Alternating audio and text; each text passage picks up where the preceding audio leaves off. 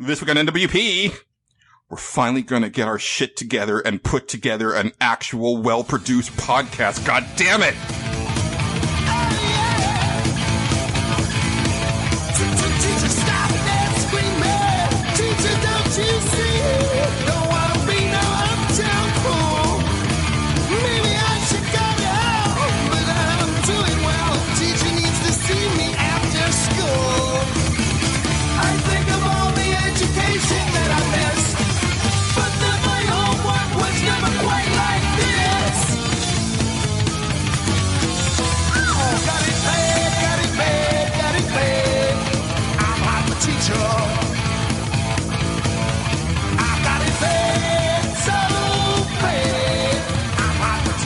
Hello everyone and welcome to Nerds Without Pants, episode 141. We cover everything while bearing it all and hopefully no weird technical difficulties or Julian recording off of the wrong microphone or any of that crap. I'm joined as always by Patrick. Not if I can help it. He makes no promises. And we have a very special guest, returning champion, friend of the show, from the Hackthought Podcast and many other things on the interwebs. We have Mike Fallek. Filtered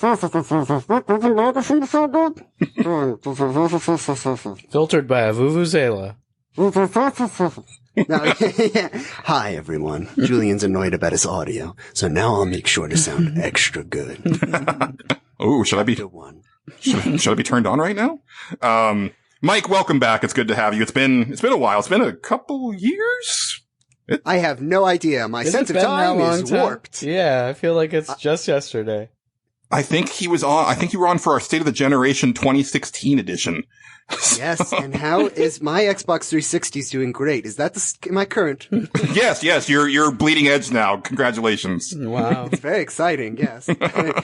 No, obviously I'm on the current system. I literally stopped playing Spider-Man, or Spider-Man and Venom on the Sega Genesis right before we started playing. So I'm up to date. I've played that game. Good. The most modern beaten up. So he is playing Spider-Man.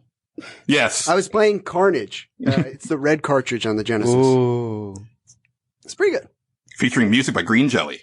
Always wanted that. I was too young. Yeah. Why do you know that, Julian? Yeah, that stupid icon at the beginning. Yeah, it was notable at the time. I don't remember why. Like everybody talked about that, and it's featured prominently on the box and in the instruction manual and in the game. And, you know, when you work in a retail store and you have like 80 copies of Maximum Carnage to sell, like you're like, oh yeah, right, Green Jelly. Like, who's that? It might be like, they do the music. It's just on the fucking I've never seen any other game where it's like music by, and it's in the front of the game. There's a handful, but that was one of the first. Usually it's someone you know, though. Yes, yeah. It's like how I know created and presented by Naughty Dog. Sony.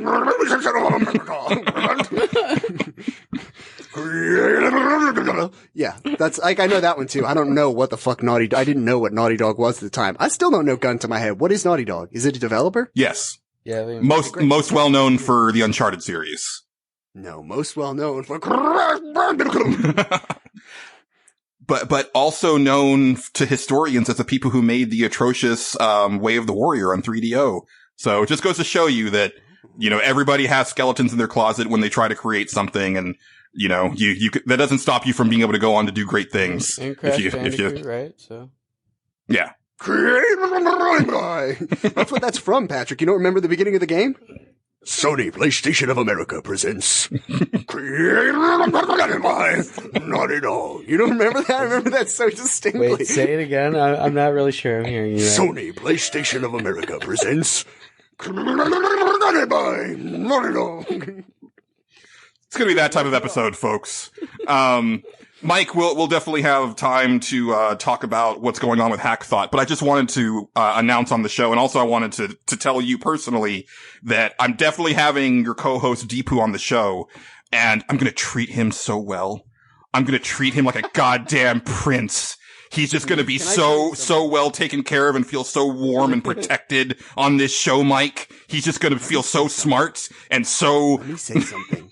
Everyone fucking says this. And within 5 minutes of his guest spot, everyone starts to treat him the way I treat him. Okay? I sort of beat up my co-host a little bit. And then people come on like, oh, he's so mean to you. And then within 5 minutes, they're like, listen, you gotta shut the fuck up, buddy. Like, it happens so quickly. All I'm saying is, I have enough, it's like if you own a wolf. You're not like, well, let him just sniff you. It's fine. No, it's not a normal dog. You keep it on a chain. We figure out how far it can go. Put it back in the woods, quite frankly. That's what we should do with Deepu. Just put him in the woods and let him be free on whatever planet he's from. That's where he'd be most functional. The Mike's already unchained. Yes, yeah. Gonna have to reel in Mike a little bit tonight. But, the reason that Mike is here is because Patrick had a super intellectual style, pick for stage select, and Mike is one of the smartest people I know, and I'm an idiot, as everybody knows. So we need somebody on here, to be able to confer with Patrick on smart things. So that's why I got Mike here. But before we jump into stage select, we have a new review, guys. You guys need a sting for that, right? You guys, we need to do like new review. Exclusive.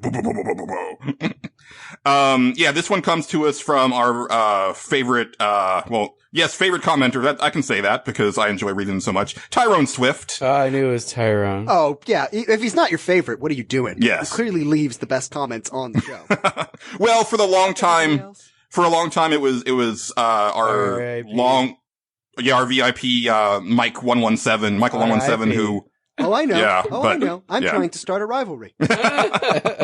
I know what I'm saying. Exactly what I've said. Also, Michael hasn't commented in a long time, so maybe this will spur him into action. Yeah, exactly. Yeah, we're going to take him down from the legendary podcast card to an epic maybe someday. Do you guys see that? Tyrone Swift's review, it is titled A Podcast for Chun-Li Fans. He says, this podcast puts up with all my silly Chun-Li jokes and I love them for it. They are my personal favorite video game podcasts. They know many things about stuff, and you should do yourself a favor and go through their backlog to catch up like I did. I have laughed and cried throughout that journey, and I hope anyone reading this can share that with me. These dudes are the best, and despite being down a man at the time of this review, they're still producing great content that any fan of video games can enjoy. They're one of the few gaming podcasts whose episodes hold up over time, and that's not always an easy task. Also, they accept my love for Chun-Li, and that is as pure as the driven snow. I cannot say enough good things, so stop reading this and listen to them. Yes, Tyrone, your love of Chun-Li is welcome here. There's no judgment. Just put down the Vaseline. As I said last episode, Tyrone Swift, aka Justin Ham, has now started the Clickbait Update podcast. Very fun. Justin, I will say that your sister was on the outs with me when she said bad things about Junior Mints, but then she redeemed herself when she said that she liked candy corn, so she's okay in my book. Go check out the Clickbait Update podcast. It's excellent, and thanks for the review. Weird taste. She doesn't like Junior Mints and she likes candy corn? Yeah. Those are the same family of gross sand-like candy. They both taste like eating wet sand, so I feel like that's your wheelhouse. If you like one, you like the other. You shut your goddamn mouth about Junior Mints, Mike Fallek. I like both, but you can't deny they're both disgusting. They're both good candies and they both taste like wet sand. One's a little bit more liquidy. Turkish Delight, Junior Mints, candy corn, sand candies. This is new. I'm not making this up. Like this is you can ask Gordon Ramsay. One of those is a cigarette. But yes, thank you once again for your review. And as always, if you review us on iTunes, we will read them on the show like we just did. Really appreciate that. Helps us grow and also makes us feel real good. I would like to know what made you cry though, because yeah, maybe it's just my sense of humor. It's just that bad. He's just like, oh God, I'm in tears. Yes, but that's going to do it for all of that preamble-y stuff. So let's go ahead and jump on into Stage Select.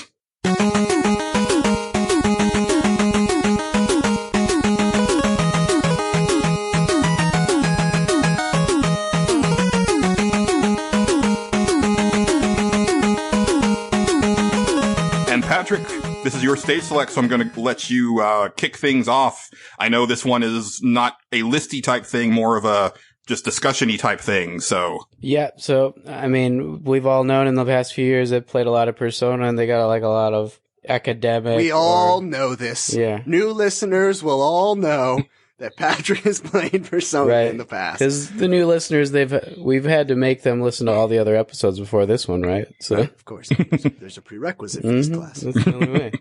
But yeah, if you haven't, this is NWP 303 actually. Yeah. If you're here for Spanish, it's across the hall.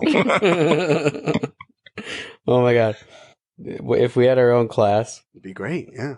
Okay, so continue with the Spanish lesson. Yeah. So I'm also making this app, and I'm trying to gamify academia and trying to make people want to, I don't know, learn as much as they play video games, because I'd rather play video games than learn.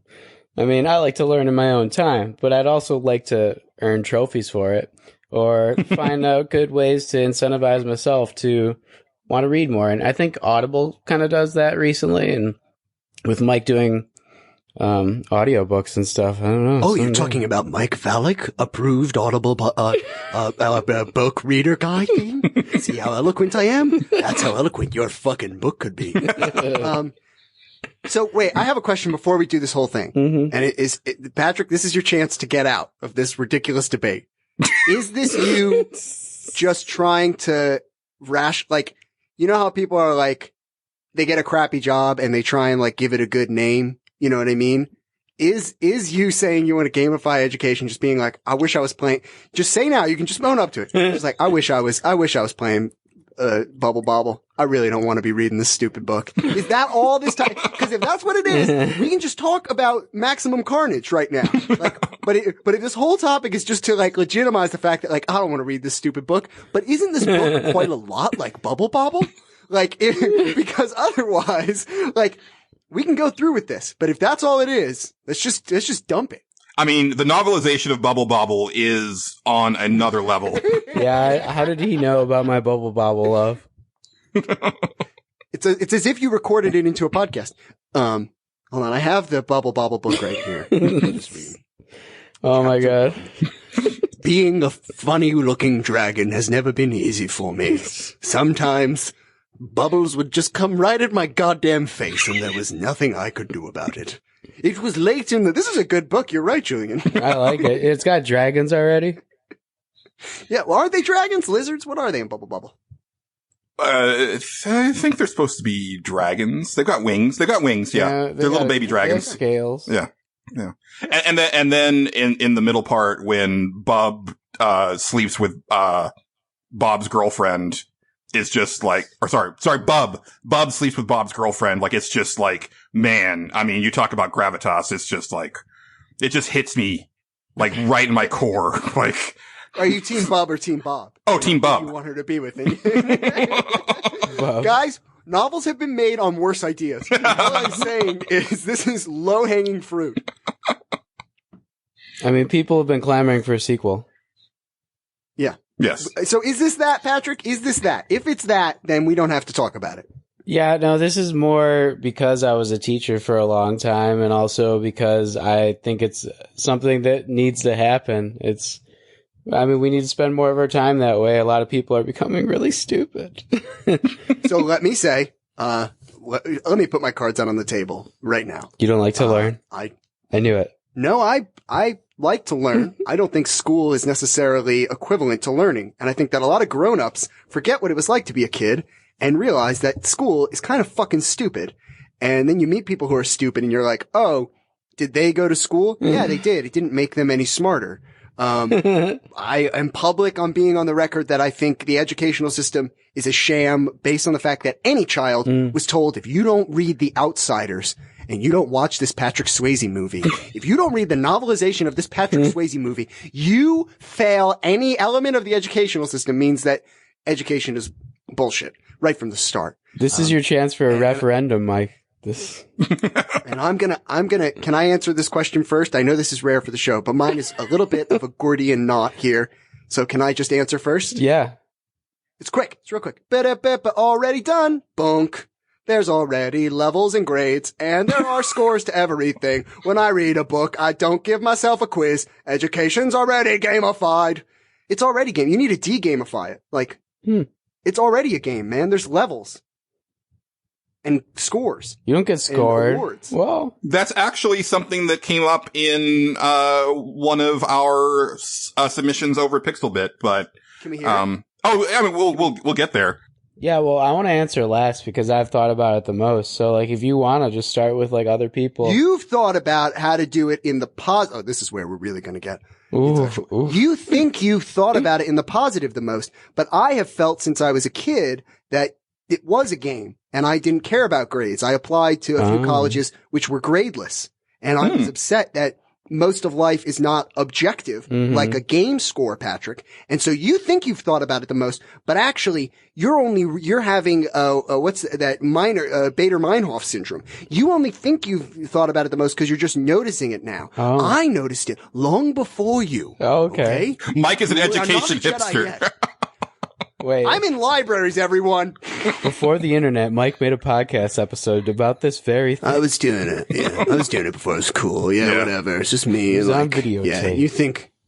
Yeah, I like 21 Pilots before you. I've got this image of Mike, like, in a park with a typewriter and his Buddy Holly glasses, typing out like a scathing takedown of the education system. It's like, son of a bitch. And it's all Give me this transmitted latte. over this invisible wire they call the internet. Yeah, well, you have to wear a tinfoil hat or else they get inside your head.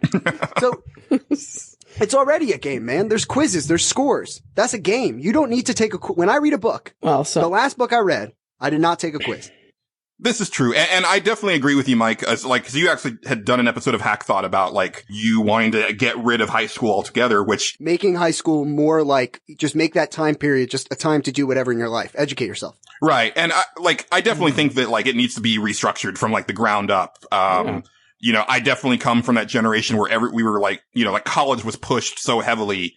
They're like, you need to go to college. You need to go to college. And then what you have is like a whole generation of people that went to college and are in debt and then don't have anything to show for it because everybody went to college and it kind of, you know, evened out the playing field for them in the sense of like that nobody is really above each other. But then it hurts people like me who didn't go to college. And it's like, I can't even get a job at certain McDonald's because I don't have a college degree, right? Like it's a weird situation that we're in these days. Yeah, but you're like more intelligent than like most people. And then you meet people, you go to college with people and you're like, man, you're fucking stupid. Wow, Yeah. you're real stupid. And then 4 years later, you're like, you're fucking still real stupid. Yeah, you Like, might be even more dumb now.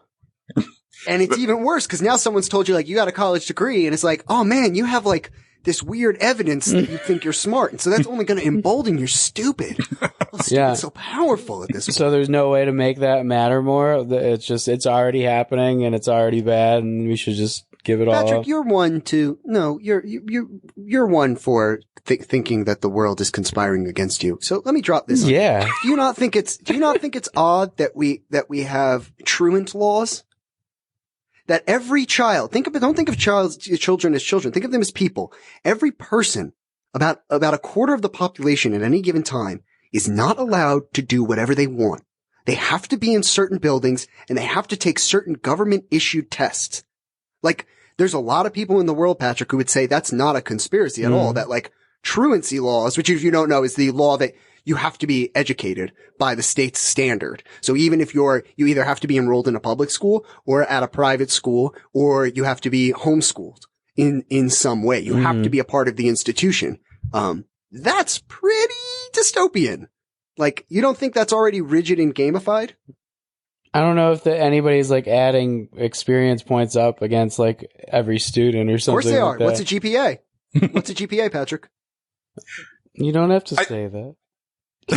What's a GPA? What's a GPA? What is a GPA other than your total fucking win-loss score of high school? Yeah, but I think what Patrick's trying to get at, and correct me if I'm wrong, Patrick, but I think you were trying to look at it more as like,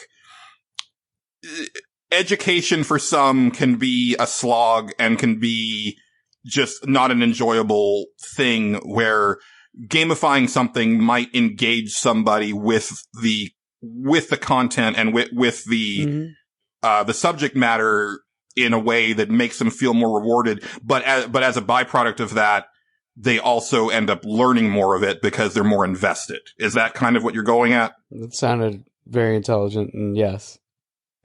But what I'm saying is the statement, the flat statement to gamify education is not necessarily the solution. Again, there are bad games. I own some of them, and the others I throw in the trash.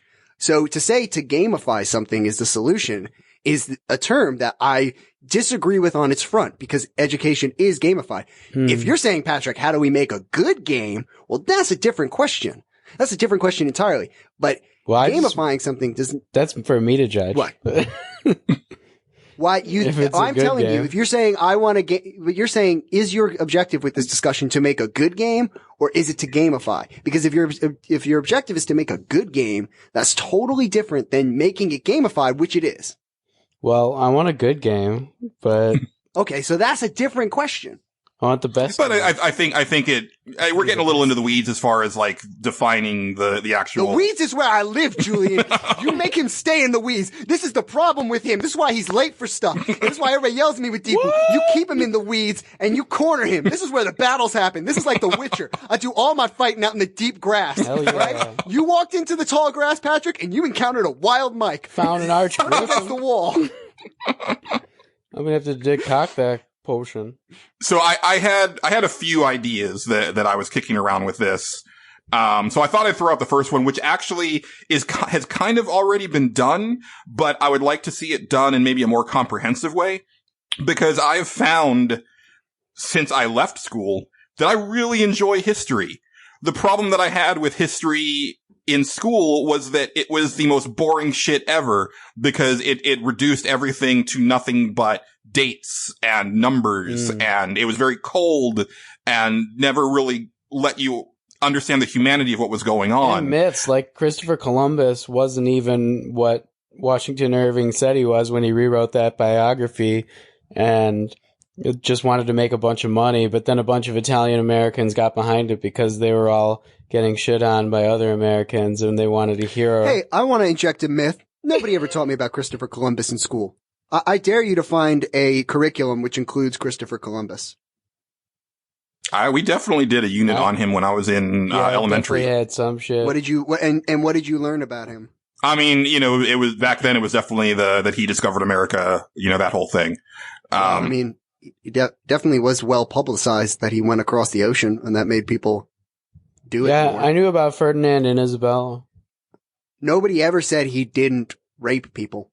Like, it was well established in the books I read that were not revisionist that he set up the trade systems and the trade routes, which were slave routes. Like, I never remember learning that he was a good guy. He did something significant. The way it was taught in my school was definitely like he was a good guy. What did they say? And they were like, he went there and he did Thanksgiving? Yeah, I mean, I know it was very sanitized. I don't remember learning that much about the guy. That's what I'm saying. People was like, oh, he wasn't as good as people say he was. Like, I didn't really necessarily think he was like, nobody said he was like a philanthropist or anything. They just said he fucking did this one thing. Well, and like I said, like this was like an elementary school unit. So like they're not. Who even cares? What the fuck are you learning? Just keep those kids away from electrical outlets. That's what the job is until they're in 6th grade. Yeah.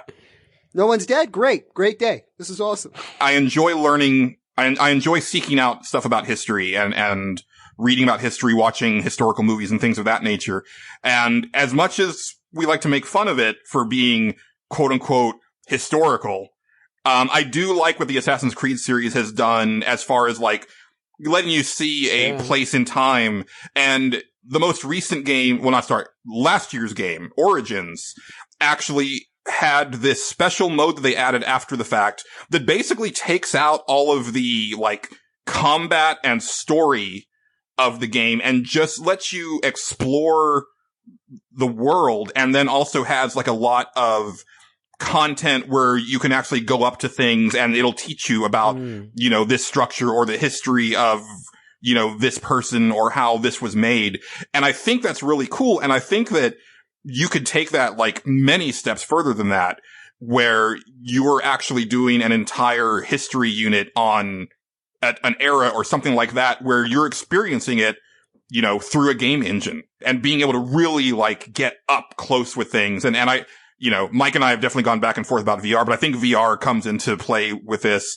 Definitely not now. I'm talking about like maybe 10, 20 years from now, where, once VR is to a point, where it's wireless, where it's cheap, to where you could, as a class, like take these field trips, not just to other locations, but to other times. Yep. And I think that that's like a really powerful thing that, Did you ever go to any of those recreation places on a field trip? No. I have. They were very stupid. I think part of the enjoyment Before of their Assassin's time. Creed is that you can go and see, oh, look, this is a parapet and it was built by Emperor so-and-so. And I'm bored of the parapet. I'm going to stab some people in the head. I think that's the sort of enjoyable side break from like, oh boy, stabbing all these people in the head is getting slow. Those like I went to one that was like, whatchamacallit?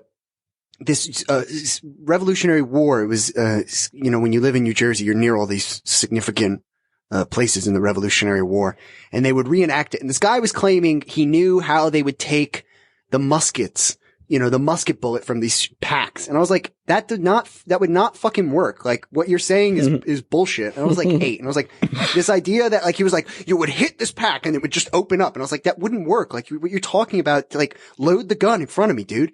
And so he like, again, it's like, that's a fun thing in between. And so it's like, that's what I think is more important to hit on. And, if people don't know, I've made historical movies because I feel exactly the same way as you, Julian. The big problem is that people don't teach history from the point of fun. Like, they don't teach history on the side of like, here's a fun experience, and they teach it on the side of, these are the things you have to know. And then they try and give it to you that way. What I'm agreeing with you with is like, that system involves you going to something. You approaching it on your own. The reason you were interested was because you went there. It's like selling. It's like very few cold calls work. Yeah. Right. Businesses work best when people go to them. And it's like, that's why you were interested. You were interested in it because nobody told you to do it. You were like, wow, that's cool. I want to see what that is. And I think that's the problem with saying gamifying, where is that a game, a VR experience? Most people would say no. A VR experience is a VR experience. It's a media experience. You kind of have to get rewards for a game, right? You have to have some sort of reward system. Gameplay. Magic Circle, I believe, is one of the few requirements of a game. You can't, there must be some sort of thing you cannot violate, which a VR experience would not do. You can break all the rules you want in a VR experience. But then there's people that would say that magic circles don't matter in terms of games. So it's all up in the air. But I would say it's not a game. It's because you went to it. Nobody told you to do an objective. You were like, wow, that's a beautiful, I assume it was just that, right, Julian, that you were like, that's pretty. What is it? Yeah. Well, and I think, where I was coming at this, or the angle I was coming at this from is, this example is not necessarily like a game in the sense of like an objective or anything like that, but bringing elements from gaming into the classroom in a way that makes sense. Cause like, so for example, my history class in high school was taught by this guy that we nicknamed the Vampire because he was just like this older, ashen-faced, gaunt, boring ass dude. Like I remember looking around one day in class and 80% of the class had their heads down on their desk and they were asleep because that's just the way that he taught. It was it was just point by point. He even said, he was like, well, I'm hoping that we can get to Watergate this year, but I've only been able to get there maybe like twice in the time that I've been here, blah, blah, blah. And I still don't know what Watergate is. I picked up a book about Watergate and I started to read it and I was like, oh, wait, this is written by a guy who was actually in Nixon's cabinet. And so it's skewed all the way towards Nixon. It's like, I need to know what it was before I can start reading like a skewed version of it. Those tapes were a demo. We were trying to start a band, being Nixon. He can lay down a bass line.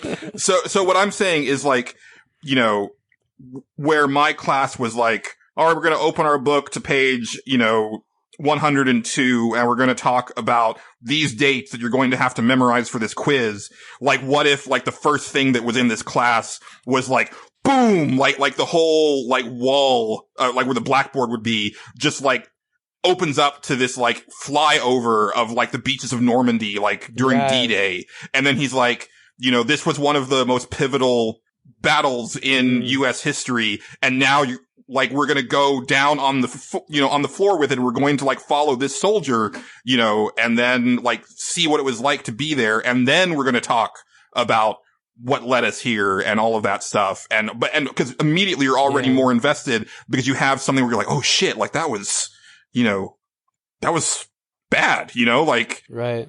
And then what if there's like some optional objectives that like you have to go to the library to figure out, but you're finding like random tapes of things like Watergate that are skewed or unskewed that you find out over time if you do additional, research. That'd be awesome.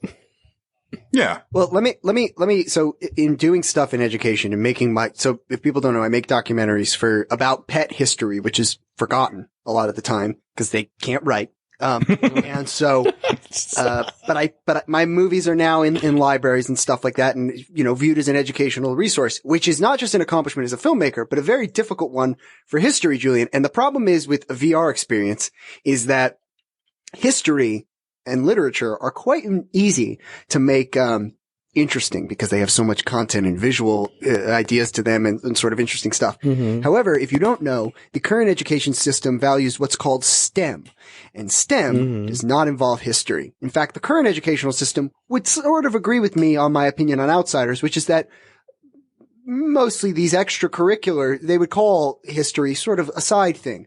What's most important is that children leave with a sense of science, technology, engineering, and mathematics. That's what STEM stands for. Yeah. And so, because of that, what's interesting about what you've said, which would make children so interested in history, as soon as we have this technology, this VR technology that you're talking about, the educational system will most certainly stop teaching history, just like they stop teaching music and art, because they are very focused now on this one thing.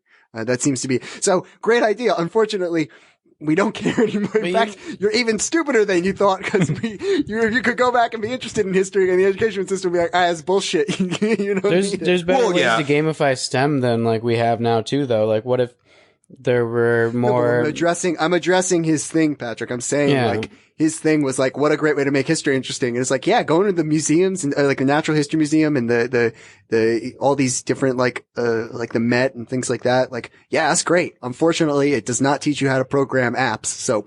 Right. Well, and I will say that like, cause I wasn't aware that that's how the education system is organized now, but I definitely think that as a country, we're really behind on engineering and science and mathematics.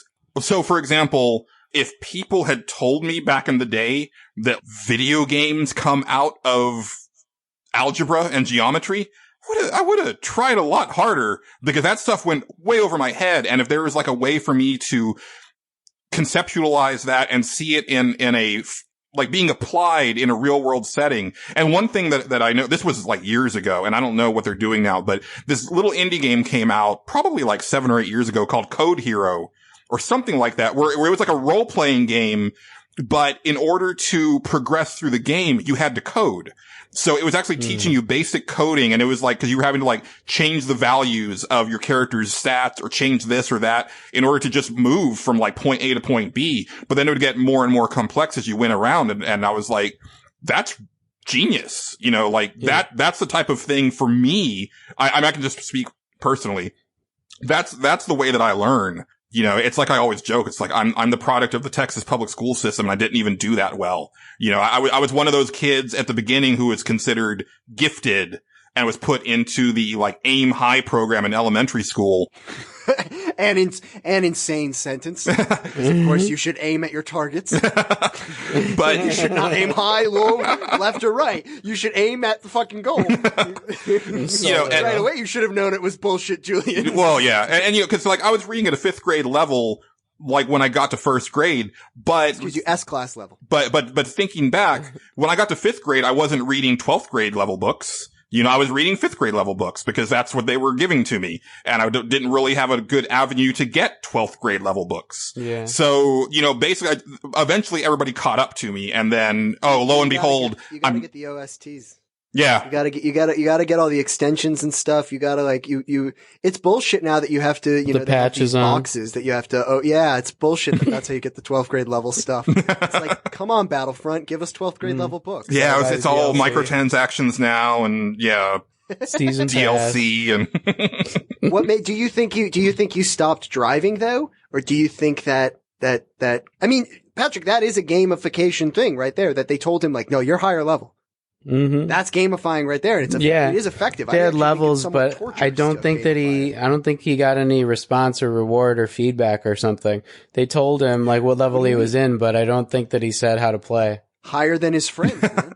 Well, yeah, and that's a big thing for me too, is that things came so easily to me that I never learned how to study or how to, when things got tough, like how to struggle against that. And so basically, like once I got to middle school and especially high school, it was just like the most frustrating thing. And I started to fall way behind, like math classes, I was lucky to squeeze by with a C, right? And that was extremely demoralizing for someone like me who had like had straight A's through elementary school and most of middle school, except again for math. That's where I really first started to struggle. And it's one of those things that kind of broke me.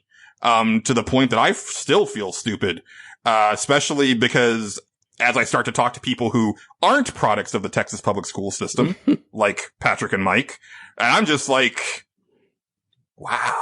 I'm not sure any school system is claiming me, by the way. I'm pretty sure they're all going to say I did not attend. Yeah. I don't know if anybody's claiming you. Yeah. But that's what I was saying about gamification, Patrick, is I felt the same way. I did not struggle in the same way, but I felt the same way that the objectification and the gamification of saying you have this grade made me feel like shit. It didn't make me feel good ever. Exactly what you said, Patrick. The positive reinforcement of gamification in the current educational system made me feel like shit. It only made me feel like shit. Yeah. I don't even know if there really is any. It's just like all negative reinforcement. It's either they hold you back or they let you go. Like you're supposed to. It's never really, oh, you get rewarded and you can get some of your money back on your tuition or something like that. Well, I didn't pay any tuition for high school. Luckily. You were on scholarship for your voice? Yeah, they sent me in and I read the lunch announcements. And then they were like, oh, the way you said meatloaf is so good. Say day old pizza again. Day old pizza. And they're like, oh, that's one algebra class credit.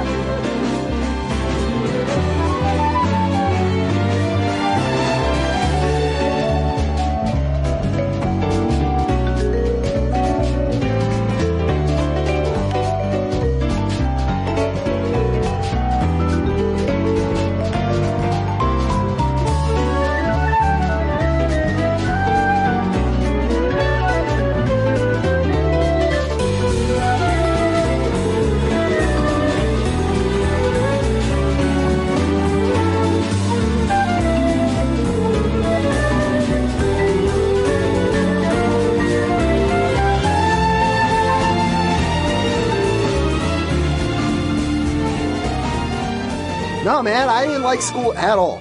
I did not like school at all. I did not find it fun even slightly. Yeah. But I wasn't bad at it.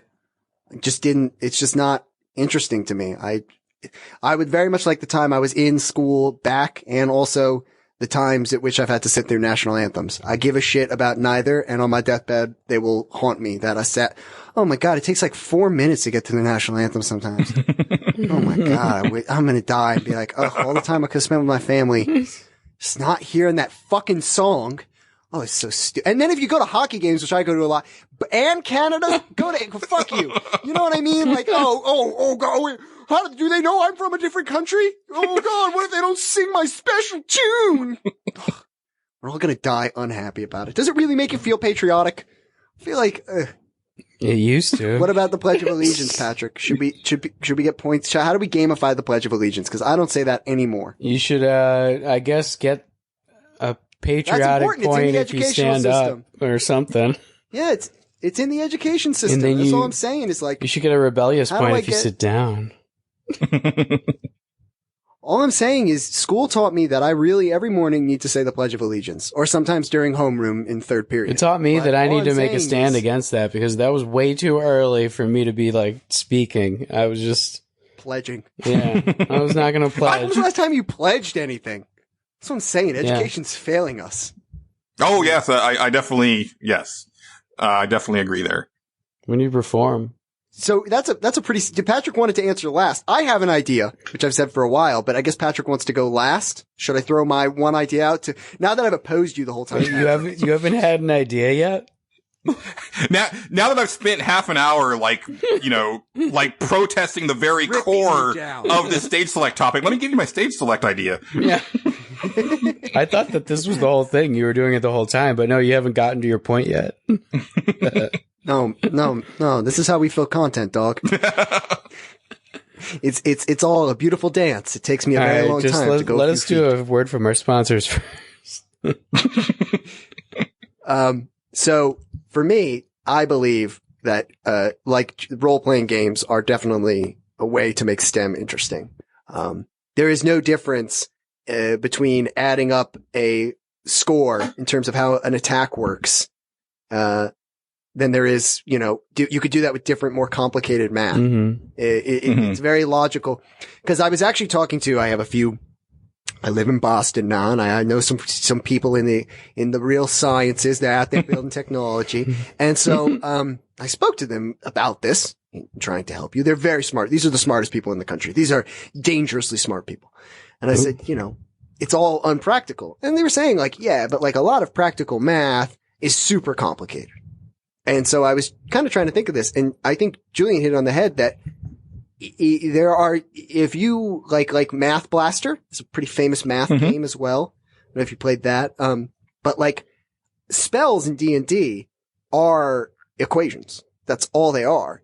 And so there's no difference between saying, well, what if instead of the power being this number plus, whatever modifiers plus whatever, okay, that's how kids start. Right. D&D is okay, plus just addition, subtraction. That's a pretty good. And then as you get older, it's you could level up through the years and be all right, yeah, when you were in second grade, all you were doing was adding to your attacks. Well, guess what? You guys are fucking mages now. Start adding those as multipliers.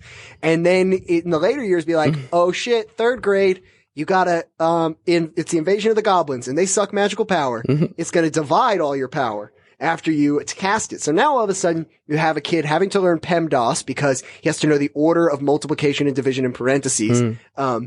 And they have to know division, multiplication, addition in order to attack and go through with the game. And then you make those creative writing things background shit, making campaigns and things like that and understanding architecture. And then that for me, then they go through puberty and all of a sudden they become trolls. Well, what about that? They go through puberty and it's well, how do you teach kids about sex that isn't awkward? You got an STD. Your character loses life. There you go. That's how, you got this other character pregnant. You got to feed that kid. And now all of a sudden you're teaching home ec because you're oh no, you have to, understand how to feed your family. And you can't just be spending all your money on gold and potions. Yeah. You got a family to feed. Yeah. It's all in there because in the end, it is. D&D was about imitating life, not the other way around. Life doesn't imitate D&D. They were specifically trying to create math equations and all these D&D copies like Skyrim. I'm on a very nerdy podcast. I'll say Elder Scrolls. Nobody knows it's Elder Scrolls, by the way. But so Elder Scrolls, what game is that? Skyrim. Oh, why don't they just call it that? Because they're stupid. Because there were 4 other ones. 5. So all the math that's going on in those games, that's happening automatically, is meant to imitate life. What is health? What is aggression? What is tiredness? Those were all luck? Things that, yeah, exactly. That's what Gary Gygax was setting out to do. Can we mathify real life? That was always his goal. Yeah. I think that's the original way to go back to. It's funny that you bring that up, Mike, because I was thinking, or maybe it reminded me of back in the PS1 era, I picked up the first RPG maker, because I was I want to make my own RPG. That sounds really awesome. What I started with was I tried to make a boss encounter, right? So I had I created a party and I animated a couple low level spells and I made some dialogue and then I had the fight go and then after the fight was done, they all leveled up 15 times from this one fight. And I was I know that there's a way to do this, but I don't know how or even how to begin to calculate that. And then I realized, holy crap, there's a lot of math that's involved in making video games, isn't there? And it's just something like that. How are you going to calculate how these characters level in an actual useful way, where it's you want them to be level 20 by this point in the game. You can't have them, get there by the second fight, right? How do you figure that out? I mean, those are just the things you can even halfway see, though. There's other things you can't see at all that you complain about all the time, which are just the way a character controls. Like, that'll ruin you for an entire game if one number is slightly off and it seems more slippery. Or, or like even the camera angle, if they move too fast based on you like having a different number for your right trigger or something that you're moving the camera with, like those things could all just ruin the game entirely. I think though that the game element of actual video games is probably the wrong way to go though. Even though that's what you would do in a practical way, you'd learn how to make games. Think about what you do in school. Like even if you take science class, which is usually the most advanced a lot of math science gets is balancing, chemical equations. Some kids get up to calculating heat given off by equations and things like that. And then some go even further than that. Imagine if that was how you were, your class transforms the more your fighter class, in other words, transformed. And so what if that was how you created a potion? What if we just started using these older terms again? I think that there's this very simple way to convert it. If we start calling the class alchemy class and the way you make potions is to do chemistry stuff and the way you understand these different creatures, what if you don't make like there's a history role in D&D. Like, okay, so I know the history of this. That is a pretty easy way to say, like, how do we gamify this? Like, I don't know. Why don't you use all the things in Dungeons and Dragons that require a history role? You know what I mean? That's an easy way to incorporate history and potions. We just use, what are potions from? They're from fucking chemical equations. It's not that hard to turn chemistry into potions. These is the same-s. Yeah. So many people can't see that, like, technology is the same as magic. Well, I didn't say that. I feel like I said something that was pretty logical, and then you're like, let's Patrick it up. Avada Kedavra. And you're like, technology is magic. Your shoes are fun boots that give you powers. I didn't say that, Patrick. Yes, you did. How does a screw work? A wizard invented You said your potions are basically the same thing as, like, no. Yes. Patrick, what I said was the word for chemistry used to be alchemy. And so why don't we just use that and make it D&D? What you said was every time you use an outlet, a goblin uses a crystal. Like, I don't think that's what I said. I think you did a classic Patrick jump. And you were like Julian will say something like, yeah, traffic was hard today. And Patrick will be like, well, that's exactly, the institutions just want you to drive. And that's why Elon Musk is the best, is because they want you to keep wasting. And Julian's like, nah, man, it's just, I didn't like driving today. I got tired. I had to pee. And you're like, yeah, exactly. Elon Musk, he wants you to put you in rockets and everybody doesn't want his rockets. That was what just happened. All I was saying was use the old words and Full Metal Alchemist this situation. Yeah. Because that's what it used to be called. I said trolls come out of the outlets. Yeah. Excuse me. That's exactly what happened. Yes, 911. I would like to report a murder. I witnessed it live. My brain has been murdered by Mike. I don't have to talk for the rest. That's mostly what I was here for, right? I got my one value in. Just your listener answers now. Yeah. That's the fun part anyway. Well, Patrick, did you have, Patrick, you haven't really said. Yeah. Well, no, I just wanted to take everything in and like also synthesize it to the thing that I'm doing, because I'm doing it professionally and making an app. But like the way that I chose to kind of go about gamifying things was more of a practical sense, and like taking students and filtering them by subject and what they're specializing in. But for those specialties, have different projects that they put up. And in a sort of GoFundMe way / Venmo way, where you see the transactions going towards their projects, allow people to contribute to the very things that kids don't usually get seen for when they're in school, or when they're making novels, or when they're making... Wait, like real money? Yeah. Oh, okay. Yeah. That's a lot better than games. I would much rather have money. If fucking Maximum Carnage, if I plug this thing on right after the show and I get like 15 cents, I am not doing anything else. Exactly. You're going to do that. Is that a part of your video life. game? Are you that good at games? The Last Starfighter, Patrick? They give you money? Because the rest of us are not that good. Yeah. My games never give me money. I get almost that good, and then like I make like $1 or something like that from like... You need to answer the question, has a game given you money ever? Because now I feel like I'm jealous of your skills. I made $1 one time. Shut up. How? Well, does fantasy sports that you're not paying money for count as a game? I think it does. I downloaded the app. I entered this system where I picked the right, like baseball players on one given day, and I made $1 from it. So, I mean, that was a game that I just played for free, and I made $1 on. For a second there, I thought you were going to say you entered your promo code, and I was like, wait, what? Are we sponsored? What's going on here? Like that was so seamless. Yeah, the other time that I almost made money was with Diablo. You might have actually played the thing we got sponsored by. Do you remember the name of it? The fantasy Rollers of the Realm? That was the fantasy. Oh. That was not fantasy sports. No. The fantasy sports thing it was like the ESPN, I don't know. No, Yahoo's fantasy sports app. That's all. Okay. But the thing that I did so actually kids would make money in your thing? People can make money. Anybody. It doesn't have to be a kid. But if you're playing in your thing. Yes, yeah, that I thought would actually make kids, I don't know, pay more attention or try harder.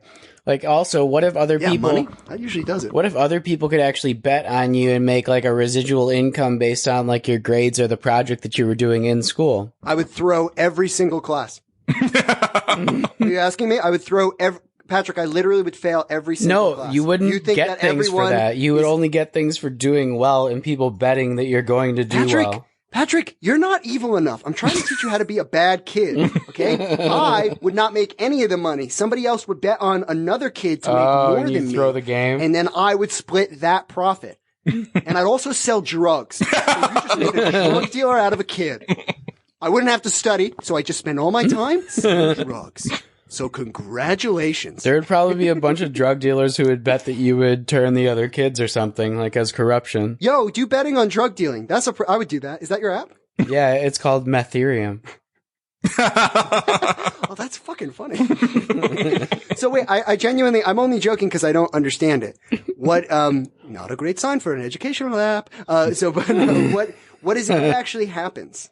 Well, so there's like one tab that I got where it filters all the different transactions based on like what a philanthropist would want to see and potentially make one of their students. And then he has the option to contribute to something that either already has been made as like a pay, like, I don't know, out of the kindness of your heart and actually be a philanthropist, or pay towards something getting made that either doesn't have the funding yet, that is reaching a certain goal. And so then like there's another tab with the transactions that has, instead of like a vendor. How do those get determined? Hold on, I have to interrupt. How did those actions get determined? Well, like if somebody funds you in any way, then you'll be on a transaction tab that says you're like. So the kids make them though. The kids make the transactions is what you're saying? Right. It's like the kid says, I want to build a robot. Right. And I need $5,000. I have $0. And then like one philanthropist says, okay, I'll pay 1,000 towards this if it meets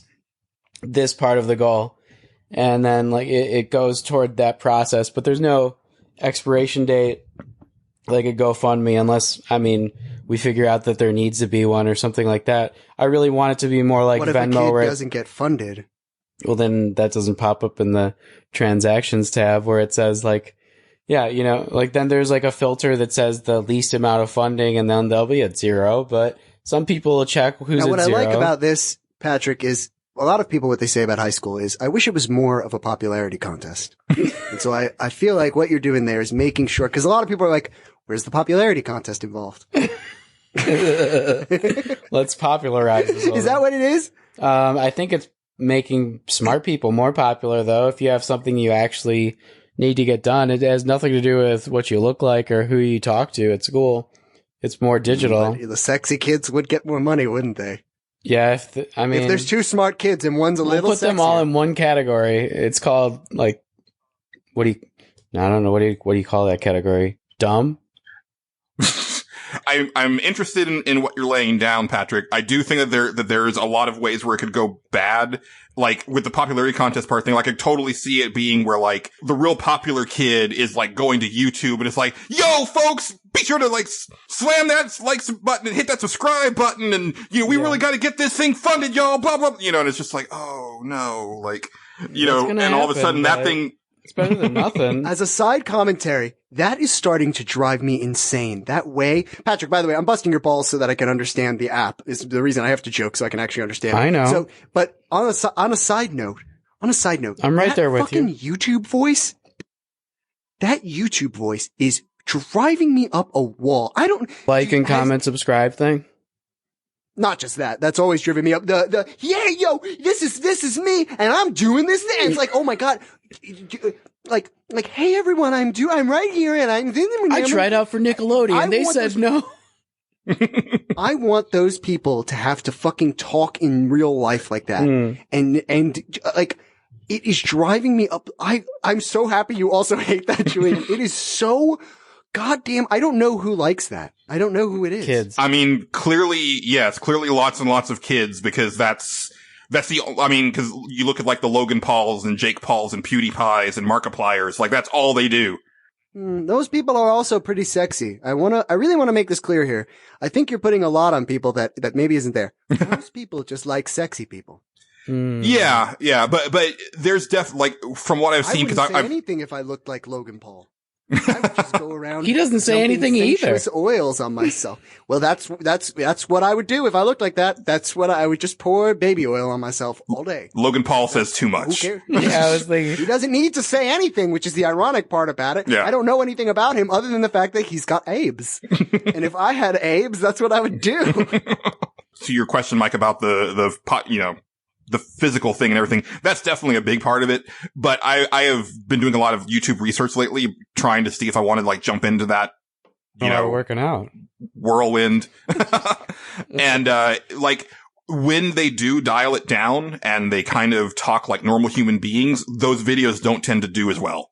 In fact, they tend to be downvoted and less popular because they don't have that, cranked up to 13 fake enthusiasm thing going on. And I don't know what that's about. I don't know if it's like, I don't know what he said, but he's distracting. Enthusiasm like a normal fucking person. I've been very enthusiastic on these things, and I also sound like a normal fucking person. They don't know how to do it. But to that point that I'm curious as to how Patrick feels, what you're talking about was a passion of the now liked by people for almost no reason, Mr. Rogers, who spoke very eloquently about television, but made a very bad TV show.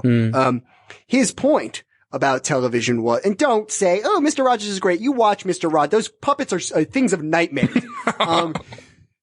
So he made a point that I'm curious as to how you feel, Patrick, to continue on Julian's thing. He said there's this great speech that he talks about. He goes, they just put explosions in front of kids and they just put these loud, colorful things. And yes, a child is interested, but they're getting nothing out of it. And Mr. Rogers made this point that was like, you need to actually add some content to it. So how do you feel about the fact that perhaps what's exciting, I guess me and Julian are saying, what's exciting about getting people engaged is sometimes, it's the reason our parents, in the goodness of their heart, even though school is terrible, say, you need to go to school. Like, you got it. No, you have to go. It's that hard pill to swallow. Right. What I think Julian is pointing out, if I'm correct, is saying the enthusiasm of people is sometimes jazzed up in games and things like this by idiotic methods. And how do you prevent the idiotic methods of he has I might have to look it up while we're here. Mr. Rogers, describes, bad TV shows is really great word. It's like a color festival or something. He calls it something so derogatory and eloquent, but any writer even is gonna, how do you prevent that? They hate writing action scenes, they just fill them in at the end, and it's what sells for TV or movies, but it's not what's good for people. Yeah, so how do you prevent that is what Julian and I are asking. So, that's the same thing as how do you prevent somebody from inauthentically uploading even content on that kind of a service? And maybe 5% of the people you won't be able to prevent. Maybe there will be some sort of attack, but you can over time create identities where you see the way that people act, and maybe not specifically for that content, but in the future, if you thought about the emotions that people had and you tied them down to certain nouns and verbs and stuff, you could see the words that they use during speech or something like that. And I'm just thinking if AI got really advanced, you could see the tendencies they had in past conversations and whether or not those were genuine. I don't know. Maybe this isn't making sense, Patrick, but like the point is here is that maybe what it's the educational system believes. What the point that the educational system would make is that we are confident that when somebody gets an A in high school English, that 100% of the students that get an A did it the correct way. What you're proposing, or what Julian's trying to ask you about, we're both trying to ask you about, is the fact that you're saying, okay, well, only 5% of kids that get it done will get it done the wrong way. Is that, how do you address that concern of like, okay, 5% of the kids that get an A actually did it through bullshit and just kind of these techniques of like, hey, everybody, we're going to be trying on shoes today. I mean, see how many knives can go through my shoes, and then we'll slow motion popcorn bullets, like, do the makeup tutorial shoes. Except it's, hey, everybody, I'm really cool, so give me the passwords or give me the answers like to this class. Give me the cheat codes. Give me the test questions. And, you know, that happens. And it's actually even more of a popularity contest because I feel like nobody's really visible in school when they're in high school or college. People can cheat like that. And if they know somebody else, if they have a brother, they get all the answers. And it's actually it's easier to get grades like in that kind of a system than if people were all on TV and I don't know, you betted it on them instead of athletes or something like that. But it's more of it's sorry, what were you saying, Julian? Well, I was going to say, and I think to tie this all together is that, and I think what we've been kind of moving towards, but maybe like kind of in a circular fashion, not actually getting blockchain right there, is that learning is fun. Learning new things is really fun. Unfortunately, the way a lot of classes are structured these days, it doesn't teach kids the fun of learning new things, right? Yeah. And I think a lot of that, like to Mike's point earlier, is that, you know, it ends up all being about this test, right? Did you pass this test? Like, right. You know, are you up to this like arbitrary state standard where, you know, looking back at school for me, things that I remember the most are certain times when my teachers just went off book and just talked to us, right? I distinctly remember, like, it was my sophomore English class. There was one day where we basically had an impromptu sex ed class out of the blue, right? And I forget why it was. I think maybe there had been a student who like ended up pregnant or something like that. I forget what it was, but it was supremely educational and supremely informative and felt real in a way that nothing else did. And if we could somehow get to that point of showing kids how fun it is to learn new things, and if it takes like an achievements system or some sort of like visual aid or something like that to get there, as long as that's like the final goal, I think that's something to strive for. So my thing I was trying to get to is, I think for 90% of the kids, that's probably right, that they would like some sort of avatar that goes with them in life and they earn something back. But like to make people like Mike keep into it a little bit more, I think that they should actually earn real life money like you would in any video game you're spending time, and you make some sort of currency where you can find things out that way. But then again, on the other side, if you want to actually teach kids like the joy of learning, that's exactly the opposite of the way that you want to go. And that's like a problem that I can't figure out in my mind, because as a teacher in the Montessori school system for 4 years, the thing that Maria Montessori taught... Montessori, yeah. Yeah, the Maria Montessori... You said monetary... You said monetary Montessori. By accident, yeah. Well, yeah, it's very expensive to go there. But the thing that she taught was that there should be no grades and you should just do things for the joy of it. And like you should tailor education specifically to each kid and make the lessons around the things that they want to learn. So if they want to learn around horses, make them write essays on that and teach them grammar within the confines of that essay that they wrote or something. But for some kids, they don't have that kind of strive and goal to like learn what they weren't even told to figure out. So for those people who grew up in systems like we did that were more like lay back and do what they tell you to do, I'm not sure what the answer is there. Yeah, and it would take a smarter podcast than Nerds Without Pants to get to the bottom of that. Yeah, it might be smarter than the whole field of podcasting, I'll be honest. I think nobody's figured it out yet, to be honest with you.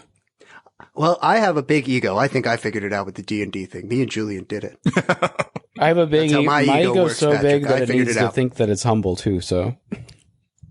No, that's not how, you gotta get a better ego. My ego is so big that it actually thinks your bigger ego is lesser. But see, like, mine's even bigger than that, where it felt like it was so big. Yeah, well, we need to fight in space because it'll blow up the planet, Frieza. Let's do this.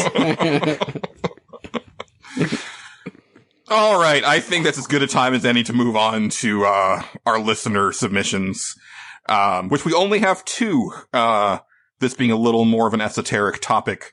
First comes a little. Hey. Hold on. Hey. I resent the adjective "a little."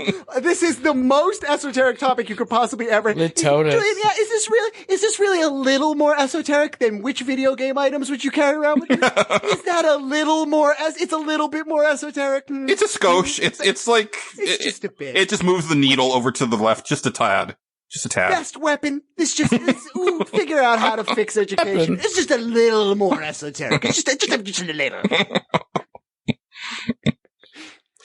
Mike and I are like on the opposite ends of the hyperbole spectrum. I mean, honestly, I predict in the next 100 years, there's going to be games that more closely resemble those kind of... On the moon! Oh, no. On the moon! No.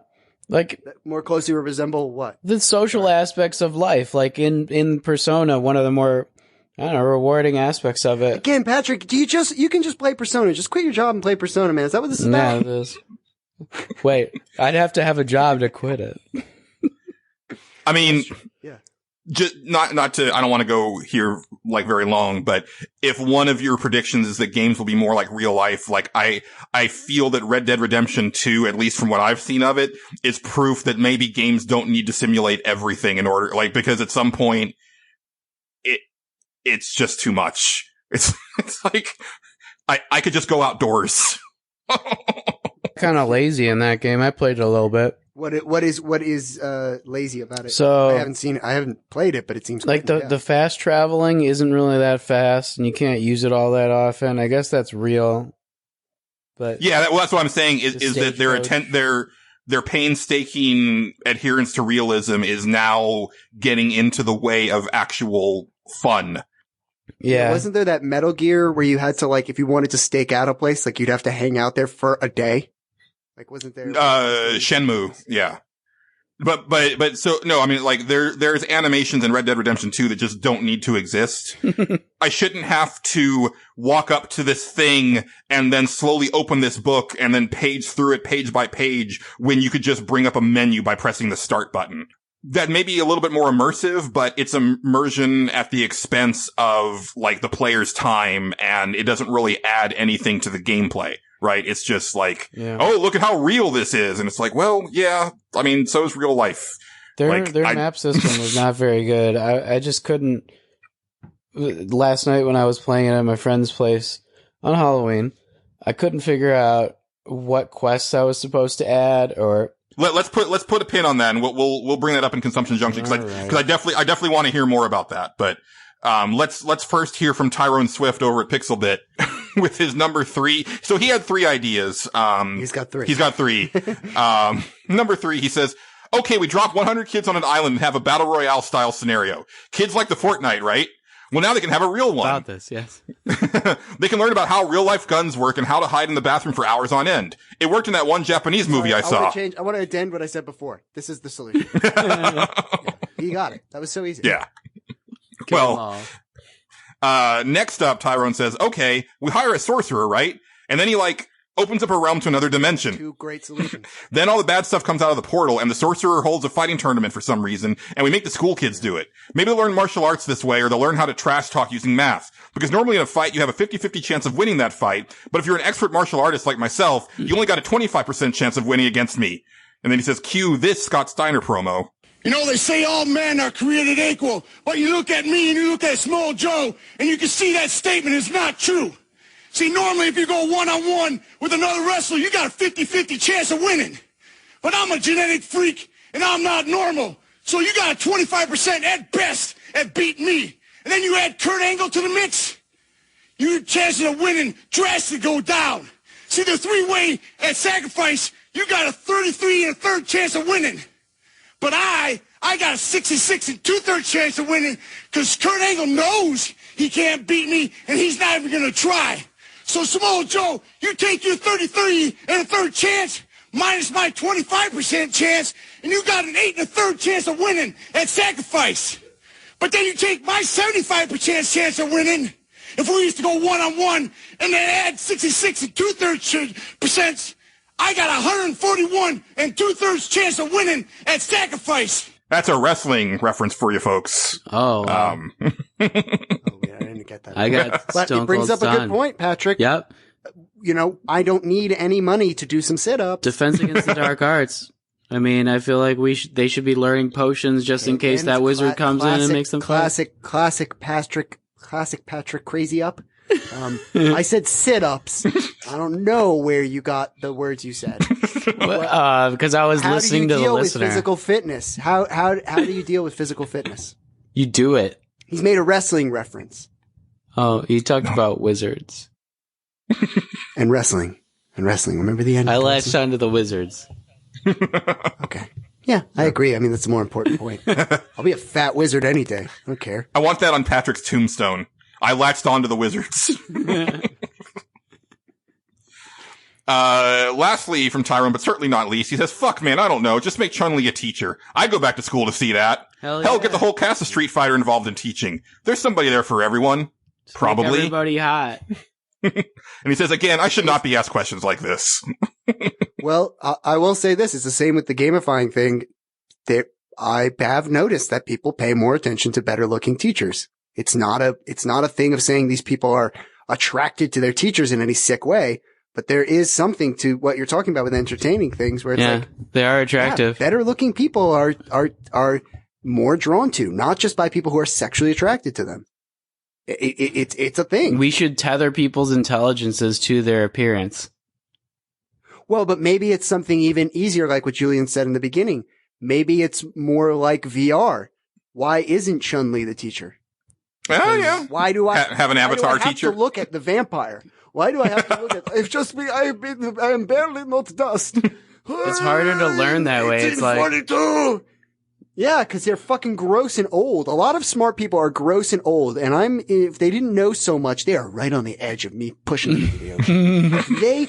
Every old intellectual, you better keep learning, because you are so gross and old. You are right up to me just throwing you out because I got no need for you because of your oldness. Why do I have to look at them?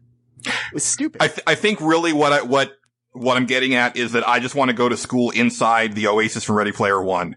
Like, and then just like change my avatar on the fly. Yeah, exactly. And, and like Patrick said, like you get some coins to like get new avatar items and stuff like that from going to school and stuff like that. And yeah, maybe it's not the teacher that decides their avatar, but you're like, I want to be taught by Goro today. And so your teacher looks like Goro, but then it's still like, Mr. Robinson's voice coming out of it. If Goro gave me any advice, I'd be like, that's Goro. What if, like, on Halloween, Michael Myers was telling you how to cut somebody up and you learned about anatomy? Yeah. No. See, there we go again. Like, yes. Why would you be learning how to cut somebody up, Patrick? Unless you're in like a forensics class or like a biology, dude. It's a double jump, isn't it? It's a double jump.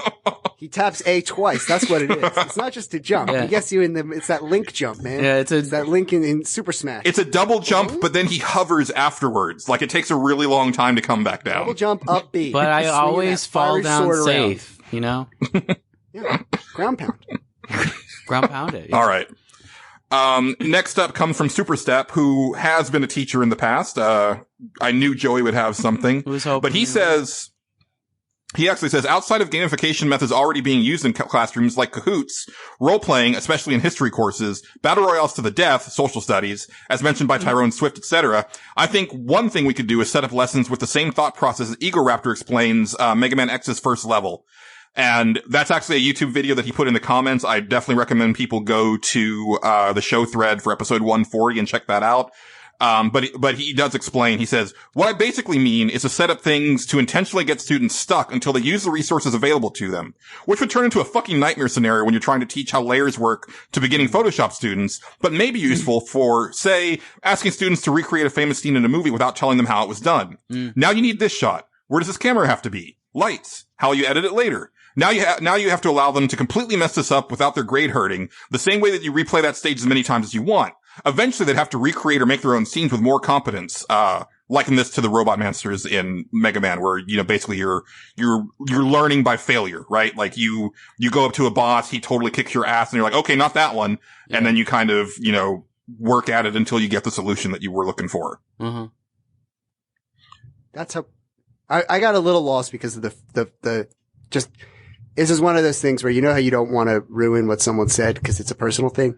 As a filmmaker, the filmmaking analogy made no sense, but otherwise it sounded very cool. But it does sound like it's sort of what me and Julian were saying before, which is, and sort of Patrick's idea, which is that like, give them a goal. Right. It can't just be arbitrary. Mm-hmm. Like, that's sort of what you're saying with your whole system, Patrick, is like, there has to be something involved that you do. I think it has been a little too arbitrary for all of us, and that's why we didn't really find ways. But if you had certain ways that you were, certain goals that you could even create for yourself to strive towards, they would happen over time. Well, tech schools, I mean, is it less intellectual than we're thinking then? Is it the fact that a tech school does have a goal? Is it maybe that some of these things we're trying to make it about using books and things like that? The fact is that a kid who takes a woodshop class will learn to use a protractor. Well, I have no idea how a protractor works because I had to use it for stupid angle equations and I didn't care. But if you're like, I want this table to be straight as fuck, you're going to know how to use a protractor. Yeah. I, on the other hand, just pretend to be the Captain Ahab and sort of move it along like I'm finding shipwreck. You're protracted. I was protracted. Well, Joey continues and he says, one thing I'll mention always helped me learn is relating to my learning to things I already had fond feelings toward and memories of. I aced a lot of tests because The Simpsons decided to make episodes about the content of those tests. He says this was mostly useful in English courses. If you're an RPG fan, you could pretend acing a math test was like draining the boss's HP. I don't know, man. I hate turn-based role-playing games for the most part. And then he says, wait, Harry Potter. Kids love Harry Potter. Do that thing where you separate the little fuckers into houses and give them points and shit. Dress them up in those prep school robes and have a dusty old hat tell all the non-religious people that they're in the house full of evil snakes, even if everything else about their personality leaves that making no sense. He says, I'm still a little salty about that shit, Rowling. He says, they'll love that shit. I would like to bring you all back to a time that I think everyone has forgotten, because I'm glad someone brought up this very famous educational thing. Pagan times? People forget. Hey, I'd like to bring you back again. That's the double jump. Did you see it happen, Drew? What I want to talk about is the thousands, the aughts, as you may call it, the 2000s, as some people call it, a stupid name for it. But at the time when Harry Potter was coming out, people forget there was a direct competition. This is not something fabricated, between Harry Potter and the X-Men. Now, there is no mistaking the fact that if you were an X-Men kid, you viewed the Harry Potter universe as a bunch of nerds with books. The only thing that made them cool was having magical powers. Mm-hmm. Getting sorted into groups it already happens.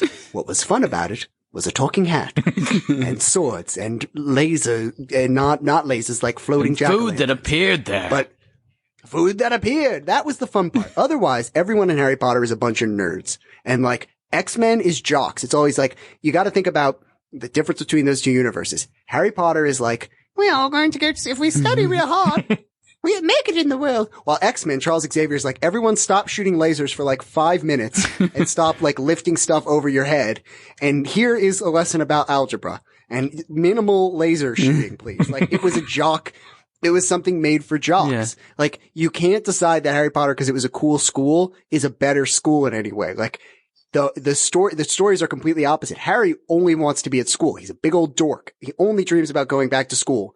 And at X-Men, they all want to leave school. They all want to go outside and stretch their legs. And X-Men was originally meant to be about, Stan Lee said it was about, Professor Xavier was MLK, and Magneto was Malcolm X. And it was about the struggle of these differences we have genetically. But as the story developed, it turned into different genetic problems like puberty and being homosexual and things like that. That like, it was always about these like inner body cravings that or inner things about like your true nature that were true. And so like your real self, your primal self, cool stuff, you know, having sex with somebody who can shoot lasers out of their eyes. That's what fucking X-Men is about. Okay. Harry Potter is always like, I kissed a girl around all the owl shit and it was very confusing. And oh my, I'm so flustered by it. Perhaps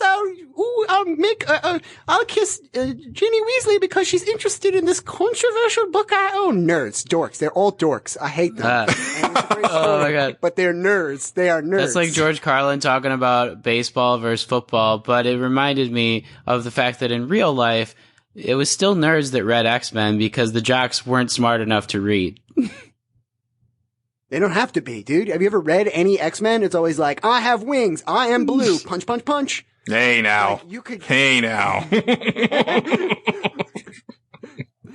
But also, like, I think that's a thing that a lot of people ignore. If you want to say that we're a bunch of dorks here, the physical body is something that gets ignored a lot in education.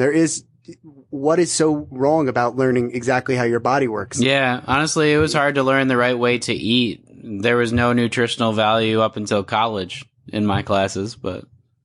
And then you were just eating ramen, so there was literally zero nutritional value to be had. I went to a place with a good cafeteria. It's so good, Julian. Yeah. It's all about the cook and adding the egg at the right time. That's what games have taught us. I could definitely go for like another hour on how I think that they could revamp like PE and stuff. But, instead we'll go on for another hour about some video games and other nerdy shit in a segment I like to call, oh wait, no, I'm sorry, not yet. Because I have to tell you what the next episode's stage select is going to be, because it's my turn. So I've been vocally disappointed in the lack of submissions lately, y'all. I want more. I need more. And so I'm gonna get y'all writing stuff in if it kills me, because this is my last stage select of the year.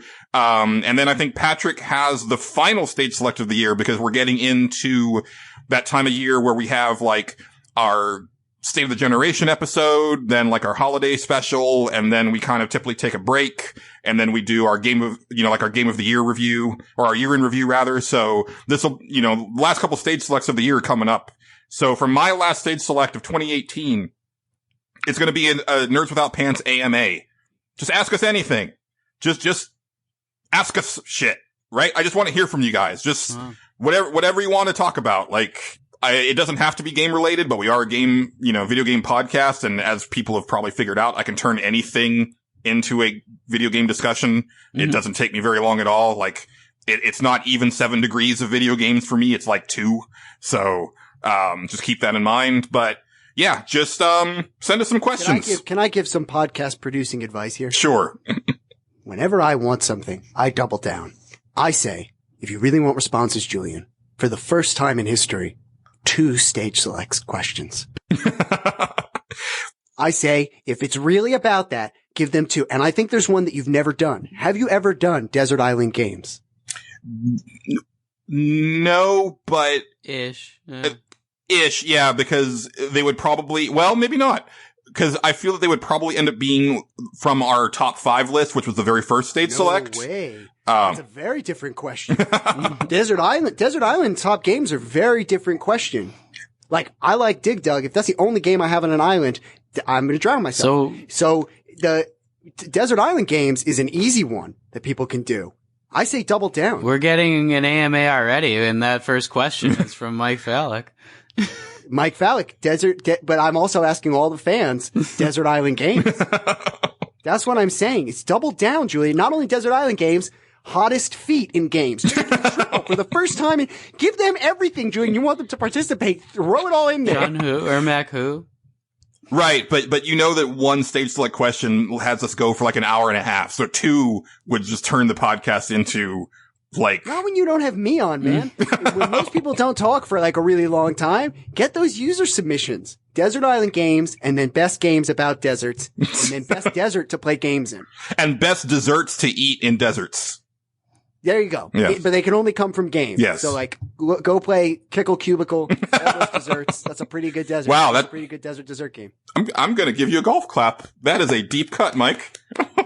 Yeah, what is this? Thank you. It's a Kickle Cubicle. it's an NES puzzle game. It's real good. It's a real good game. Yes, so we are going to want those questions by 8:30 Central Time on November 15th.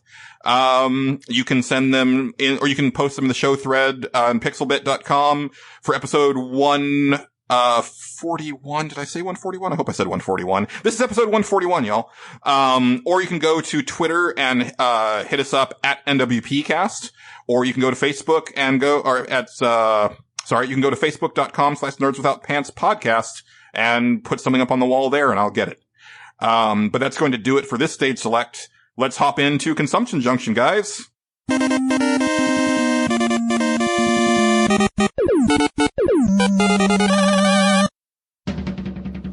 some outbreaker tries to put me down and says his school is great, I tell him right away, now what's the matter, buddy? Ain't you heard of my school? It's number 1 in the state. So be true to your school now, just like you would to your girl or guys. Be true to your school now, know that your colors fly. Be true to your school. I got a letter with sweat. I have a place I want to go with this, Mike, because something that I have noticed with you on Twitter, since the last time you were on is that you've been going on kind of a weird retro gaming journey. And it's been interesting because like a lot of it has been, you've been baby fresh eyes with a lot of this stuff. And it's been kind of fun to like see you be like, what is a Metroid? What? Like, this makes me angry. Ugh. Metroid is such a fucking pain in the ass. Yeah, Super Metroid's a way better game. It's ridiculous that people still like that game. It's so, you don't know where the fuck you're going. Nope. It's ridiculous. Yep. And even if you have a goddamn map in front of you, it's... But yes, you don't. Because it's not retro for me. It's not nostalgic for me. Right. It's all new. It's all I'm experiencing it all for the first time. So I have a problem. It's why I'm not really as good at music as at being a fan of music, because I can't know about an art unless I know everything from the beginning. So Okay. with video games, it's been this hardcore way of being like, I need to know games pretty much from the beginning. And so learning about D&D first and then, getting really into retro games in a way that's like real. And so my consumption junction, you are correct. In the last time I've been on, has been all over the map. In the time that we were gone, if this says how much I played my first level of and got to stage 5 of Ghosts and Goblins. So it's a very long time. It's a very to long be way in away. the game. Yeah, I don't know if I could do that. I am only not beating the game because there is a move which is not required until stage 5 and 6 called the backwards jump, which is where you are jumping but facing your enemy while moving backwards. It's very difficult, and I can't do it. So I'm stuck. I feel like I'm you in do stage- backward jumps a lot in real life. It's a pretty easy, it's probably the only jump I actually do on a normal basis, because you're like, oh shit, something's falling, jump away. Oh god, yeah. It's like yeah, I but double it's the hardest jump, thing you to do. backwards. To be honest, I think that most people can get through the run of stages 1 through 4 on Ghosts and Goblins. I think that it's more about stick-to-itiveness. Stages 5 and 6 are, the level increases so much. It's ridiculous. Mike, do you want me to tell you about the thing in Ghosts and Goblins as far as like when you get to the end, or do you just... Yeah, I know. You know? I know Okay. already. All right. Yeah. It's, and so, I know I'm not going to beat the fucking game because of that. Like, I know. Okay. Patrick, you have to beat Ghosts and Goblins twice. Yes. You beat the game and then it starts you over and you have to go through the entire thing again, but it's harder. And And you don't get to save. on Super Ghosts and No. Goblins and Ghouls and Ghosts, I was playing that game, which is I'm pretty good at it because I'm good at Ghosts and Goblins, except for there's this pitfall bridge where you keep falling in. And then someone was like, yeah, you still have to beat it twice. And I was like, they kept that. That's the design feature that they were like, gotta have that beating it twice there. That's our fucking IP. Don't get rid of beating it twice. You know what? I'm not quite sure about this. I would have to double check, but I want to say that the first Maximo game, Maximo Ghost, yeah. which was like a Capcom made spiritual successor to Ghosts and Goblins, I think that's in there as well, because it was like a throwback. What the fuck is wrong with people? Why would you want that? Yeah, like my retro gaming took a bit of a, well, this is where I get to slam on Patrick again. What? So how does this come back to me? It always will, Patrick, because Deepu's not here. I had some very valuable games, and Patrick, I know with your collecting of Funkos, this might be a term I'll say slowly. I was able to, at a profit, Oh. I'll say it as a profit. Sell, a bunch of, I owned Conker's Bad Fur Day, which I talked about as $100 game. Wow. I owned a few other games that were $30 or $40 still to this day, because of my collecting. And so I bought not only a Genesis, but an SNES Classic, which I'm looking at right now. Nice. I am blown away. It's not being talked about enough on the SNES. And do you guys have the Classic? I own one, but I have not played it yet. Nope. I was number 5 in line, and they had 4 of them there, which meant that someone kept one. Mm. Yeah, I got mine for $30 when I traded in some Xbox games. Patrick, you need to get bet. It's called profit. I don't know how to make profit. So, the graphics on it it's something that people aren't talking about. It's not just an HD up. It's like redone. The animation is so like, it's shocking to say, but it blew me away at how good the graphics were. Cause I have an SNES. Right. And I own some of those games. And it's just like, oh my God. I don't know why people aren't talking about it. It's not just cause I also own a Retrocade, which has old games in HD. The graphics are, you gotta plug it in and compare. It's mind blowing. I remember my dad joking around when they started doing HD TV, and I was like, The Simpsons is in HD. And he was like, why would a cartoon matter if it was in HD? And I was like, it does. It's better. Shut up. It is. Yeah. And it really is. It's funny you say that because I watched my first episode of The Simpsons in like 12 years the other day on Hulu, and it happened to be an episode where they flashed back to the death of Maud Flanders. And so when they flash back, it's all of a sudden in like standard definition. Well, I mean, it's up-resed, right? But it's like all of a sudden it's no longer widescreen, and like the animation is like from, almost 20 years ago now. And it's like, oh wow, Simpsons looks better now. So, but if I were to say, I was dreading this question, honestly, Julian. I was dreading it because because I've been playing like we talked about, I'm playing fucking Maximum Carnage on Genesis. And so I'm all over the place. But if there's 2 things I would say, what am I going to talk to NWP about with my consumption junction? One, I believe you guys will ignore outright, which is, and I'm going to talk about it on my podcast, in 3 weeks, I think. The episode's already in the can. I beat Halo, Combat Evolved, which is the first one on Legendary. Congratulations. Yeah. And it was on the original Xbox. That is the worst looking system by far. And I think the game holds up. I think that Halo should be called the last classic game because I think that will always hold up. And it was a really huge accomplishment, but I have a feeling you guys will have almost nothing to say about Halo. Am I correct in thinking that? I love the multiplayer maps. Okay, I was right. So the game that I also beat was Mega Man 2. I played hundreds of hours of that game. Did you beat it on Legendary? Beat it on Elite, I think. Yeah. I didn't have the system.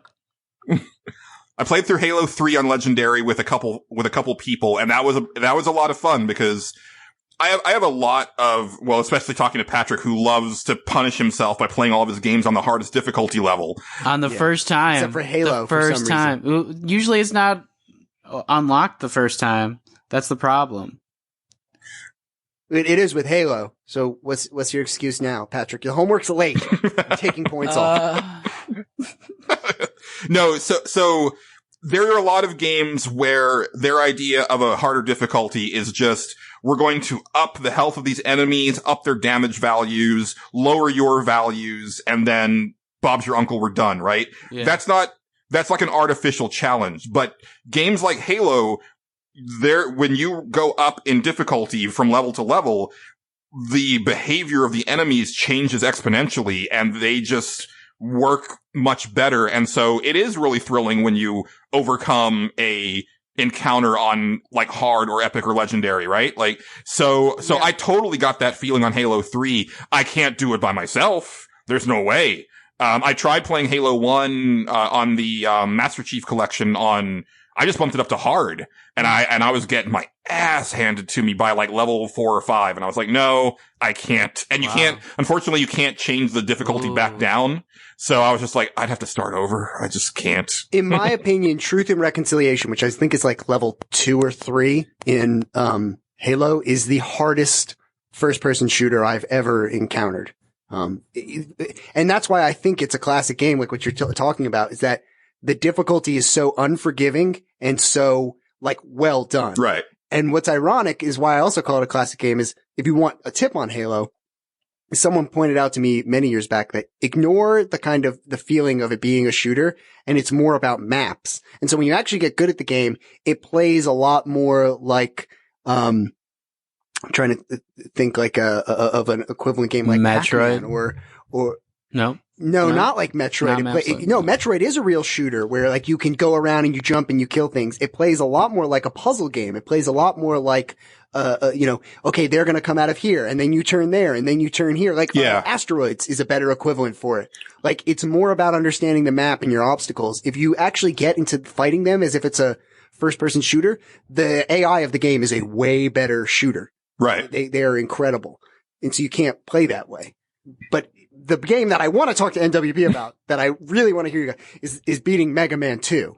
That's awesome, man. Congratulations. Good. Was that your first Mega Man? I had owned on the 3DS, Mega Man 4, I want to say. Okay. One of them, one of the later ones. And I had just really started it up because like you, I heard that the store was closing. I was like, I just want to buy everything that looks good. Yeah. Cause it's all so cheap. But yeah, it was my first real attempt at actually beating it. You beat it on the original system? I have a Super Retrocade, which is a licensed Nintendo product that sort of preluded the classic NES and the classic Super Nintendo they were licensing those games again. And so it's a small computer in the same way, but has many different games, not just from Nintendo, but from like Irem and Data East, of like classic games. A friend of mine showed that one to me because I was surprised because there were a lot of like bootleg, things like that. They were just like throwing a bunch of emulated shit on there. But this one, it's like actually Capcom, Irem. Well, I don't remember if it was Irem, but like, Data East. And there were like a couple other companies where it's like, oh no, we actually licensed these out to be reproduced this way. I was like, oh, that's cool. I hadn't seen that. And Data East make that anybody would know? I think Irem is out of business, so I don't think it was that one. But I mean, they did like no Irem. The titles are owned by Data East now. Oh, okay. Data East bought Irem at a certain point, but Irem you would remember Patrick for. I mean, R-Type is the big one. Gradius and R-Type, R-Type and Gradius now that it's the same company. And then Data East. I mean, I guess they did a lot of stuff, but I mean, the one that I always go back to is Bad Dudes. Like that's like my touchstone with Data East. And then Karnov. I know they did other stuff. I want to say they did, Two Crude Dudes? That was an arcade game. Yeah. That one. Yeah, that's on here. Oh, is it? Oh man, I loved that game. It probably doesn't hold up at all. I have a question not about Two Crude Dudes. I have a question about Bad Dudes. What is it? Do people like it? Is it a bad game? What's the deal? It's a bad game that people have fond memories of. Okay. At the time, there were kind of two versions of the beat 'em up. There was the kind of belt scrolling one like Double Dragon and Final Fight, but then you had the side scrolling versions like Kung Fu and Bad Dudes. It's just a different flavor. And yeah, I mean, they're so slow. Yeah. And they're very shallow, but I mean, it was, I mean, are you bad enough? Are you a bad enough dude to save the president? Like, I don't know. It's very of its time. Yeah. Yeah, because no one would have that kind of a plot right now. Well, I guess you would technically, like, whatever. have you guys played Mega Man 2? I know this is a big Mega Man podcast. I know I can come here and talk about Mega Man. Have you played Mega Man 2? Oh yeah, that's Patrick and I's favorite one. Like, That's the best one, yeah. Unless you're talking to Angelo and he'll say 3. yes.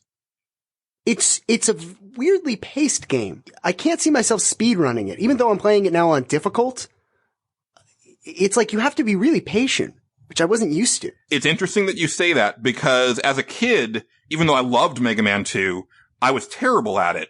And it wasn't until I played Mega Man Anniversary Collection on the PlayStation 2 when I was much older where I realized, oh, if I wait half a second here before I jump, the jump is easier.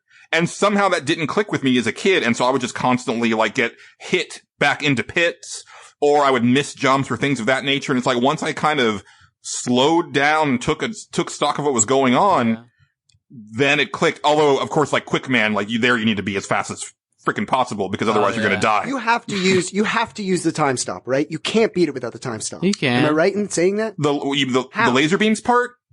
You just have to go the right way. I've gone every fucking way. Because you use the time stop on Quick Man himself. Because you use the time stop and it like takes down like half of his health before like he even does anything. Yeah. Oh, see, I did a total Patrick here where I was much better at the game than I thought. I use all of it to get through and I beat him using, Airman's weapon, which takes a shitload of his health away as well. Oh, interesting. Or quick. Yeah. Like if you get him, it just hits him. Yeah. Huh. God damn it. Yeah, that game's fantastic. See, Yeah, I used to hate that. It's so good. When I was young, I didn't learn from the way that those beams were coming either. I was just too stupid and too inexperienced to realize it was the same thing every time.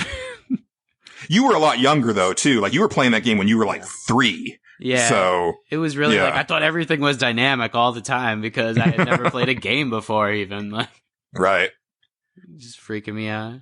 I'm also terrible with the in Wily's level, which is preventing me really from beating Wily, is the one weapon where you have to jump onto the platforms. Mm-hmm. Yeah. And there's this one specific part where you have to get across to this fucking ladder and it was just drove me crazy. It's so hard. And every time I watch speedrunners, they're always like, you just jump across. Fuck off. You don't just jump across. Cause then if you use all of them, if you do it like 2 or 3 times, then you're like out and then you have to go back down and farm. Yep. Yeah, you have to And farm. then there's that goddamn dragon. Oh, the dragon. And yeah, sometimes you fall off the side of those platforms when you're shooting at the dragon just because of like the residual damage you do and you just like fall back a little bit and it's just like so demoralizing because you're like, no, I meant to jump over that and it's just because of the finicky. Yeah. Yeah, it's fucking bullshit. And then you have to go back down and you're like, oh, I'm all out of one. And so then you have to fight the stupid shield guys. It's ridiculous. Yeah. It's ridiculous. And it's much harder than the rest of the game. Once you get past that little part, you fly through pretty much until the end of it. It's just such bullshit. That's the worst part, yeah. I always get stuck on the boss where it's basically just the laser beams behind the walls and you have to use the crash bomber to blow them up, but you have to do it in a very specific order. Otherwise you're going to run out before you beat the boss. And it's the only weapon that works on it. And I always do it in the wrong order the first time. And then I have to like basically spend a whole bunch of time farming the energy for that weapon. And every time that I get there and I do that, I'm like, okay, I've seen enough. It's like, I haven't beaten Mega Man 2 in ages. I do worse the second time too, because after I farm, I'm more like ornery about the having farmed. Yeah. Then you start making dumb mistakes. Classic games are all like, I genuinely was talking about this, with a friend who's take a lot of my video game advice from, and I was saying that like, you don't play as much game in newer games. Like, there's a lot of just experiencing shit, which is why I think VR has become a gaming term as opposed to a movie term, where it's like, there's so many times in games where I'm like, okay, yeah, I'm walking, but like, if I can't walk 5 feet in Ghosts and Goblins without fearing for my life. And same with like Mega Man, like, you don't travel that far. Like, you have to get used to transitioning from modern games to the idea that like, modern games are quite frankly relaxing compared to older games because it's like, no, you're always playing the game in these other games. And I think players aren't necessarily used to that when they go back to classic games. It's like, no matter where you are, you're fucking playing the game. And so it's like that annoyance is part of the game. It's like, and I think that's how I beat Halo, was playing these older games and being like, no, it's sucking is the game. Yeah. Walking around in pretty alien world is not the game. That's not the game right now. The game is fucking kill or I don't even know what he's trying to do. Who cares about the story? Also, the story in Halo 1's the worst. What's also interesting about the Super Retrocade and the SNES Classic, which I think is a thing to ask you guys about, is that Capcom and Nintendo are saying that, you know, you're saying about recharging shit. And like, honestly, Mega Man is much less frustrating if once you lose all your energy and you're like, I'm not going to farm, you can go back to a save state. Save states are on the Super Nintendo. Yeah. Which means that Nintendo is saying, no, save states are not a cheap way to beat a game. That's a part of playing these old classic games. I mean, does that change? In that case, I beat Contra. Like, I mean, it's definitely a different experience, right? But it's a quality of life thing, because as I have said many times on the show, like, Nintendo hard is a bullshit term, because it's not like the games were programmed to be that hard. It's that they were learning the language of game design and mistakes were made. They didn't have quality assurance. Yeah, like, I don't think that the creators of Ninja Gaiden, if they were making that game today, would still have enemies that repopulate a split second after you've left the screen, right? Because you get into unwinnable situations where you kill an enemy, you get knocked back, and then that enemy is there again. And that's not fun, that's not balance, that's not good design. But there wasn't any other example at the time. Well, no, it's not having that understanding. Have you played the original? I haven't played it, but I've watched a lot of footage of it because I was going to buy it. Have you, like, it's not that you're remembering it like with Mega Man or Ghosts and Goblins. It's literally that part of killing the enemy involves knockback. And therefore, the respawn is so sensitive that as soon as you move a pixel out, the enemy comes back. So you essentially can get in a situation where you can never beat the game. Yeah, unless you're like perfectly timed. Like, I mean, obviously people have beaten the game. I'm not saying that it's impossible, but I'm saying that it is needlessly difficult to the point of aggravation, right? And that wasn't intentional. That was just right. I'm just saying they wouldn't even have loaded one screen to the other like in a side scroller if they didn't have to. Well, right, yeah, and maybe part of that, maybe the part of that is that situation, but. And maybe it's also when the game came out. You know what? Hold on. I want to add that. That's not true. And what I'm learning with some of these classic games is that a lot of times people blame the technology. For example, one of my favorite gems that I found, which is popular at the time, is Tumma, the Hero of Legend or something. And that game does not, like, you can kill everyone in the level. And actually in the NES Ghosts and Goblins, no one respawns, which that came before Ninja Gaiden. Mm-hmm. So a lot of times what people perceive as like, oh, at the time they didn't know that it was a thing. I think it was more, to add to that, they didn't like consult each other. Oh, no, yeah. Sort of, like, independent. No, I mean, you're talking about a time in the industry where in the credits, everybody used aliases because the companies didn't want people knowing who made the games and then headhunt those people. Yeah. Like, I just encountered this, cause I had forgotten about this, but, you know, playing through that Capcom beat 'em up bundle, and it's like you're seeing designers of like, you know, Poo Poo and M and Sukiyaki and stuff like that because they weren't allowed to use their real names. I think even Miyamoto, like his name, I don't remember if this is, because it's one of those things that, like, as it gets passed through the years, the story changes. I don't remember if it was intentional or a mistranslation, but he's called Miyahan in, I think, the credits of Legend of Zelda, right? And that may be a translation error, but it also may be that they changed his name like they did with everything back then. What does Miyahan mean? No. Nothing. It's just... No. It's not his fucking name. Yeah. It means not Miyamoto. That's a pretty bad one to fuck up.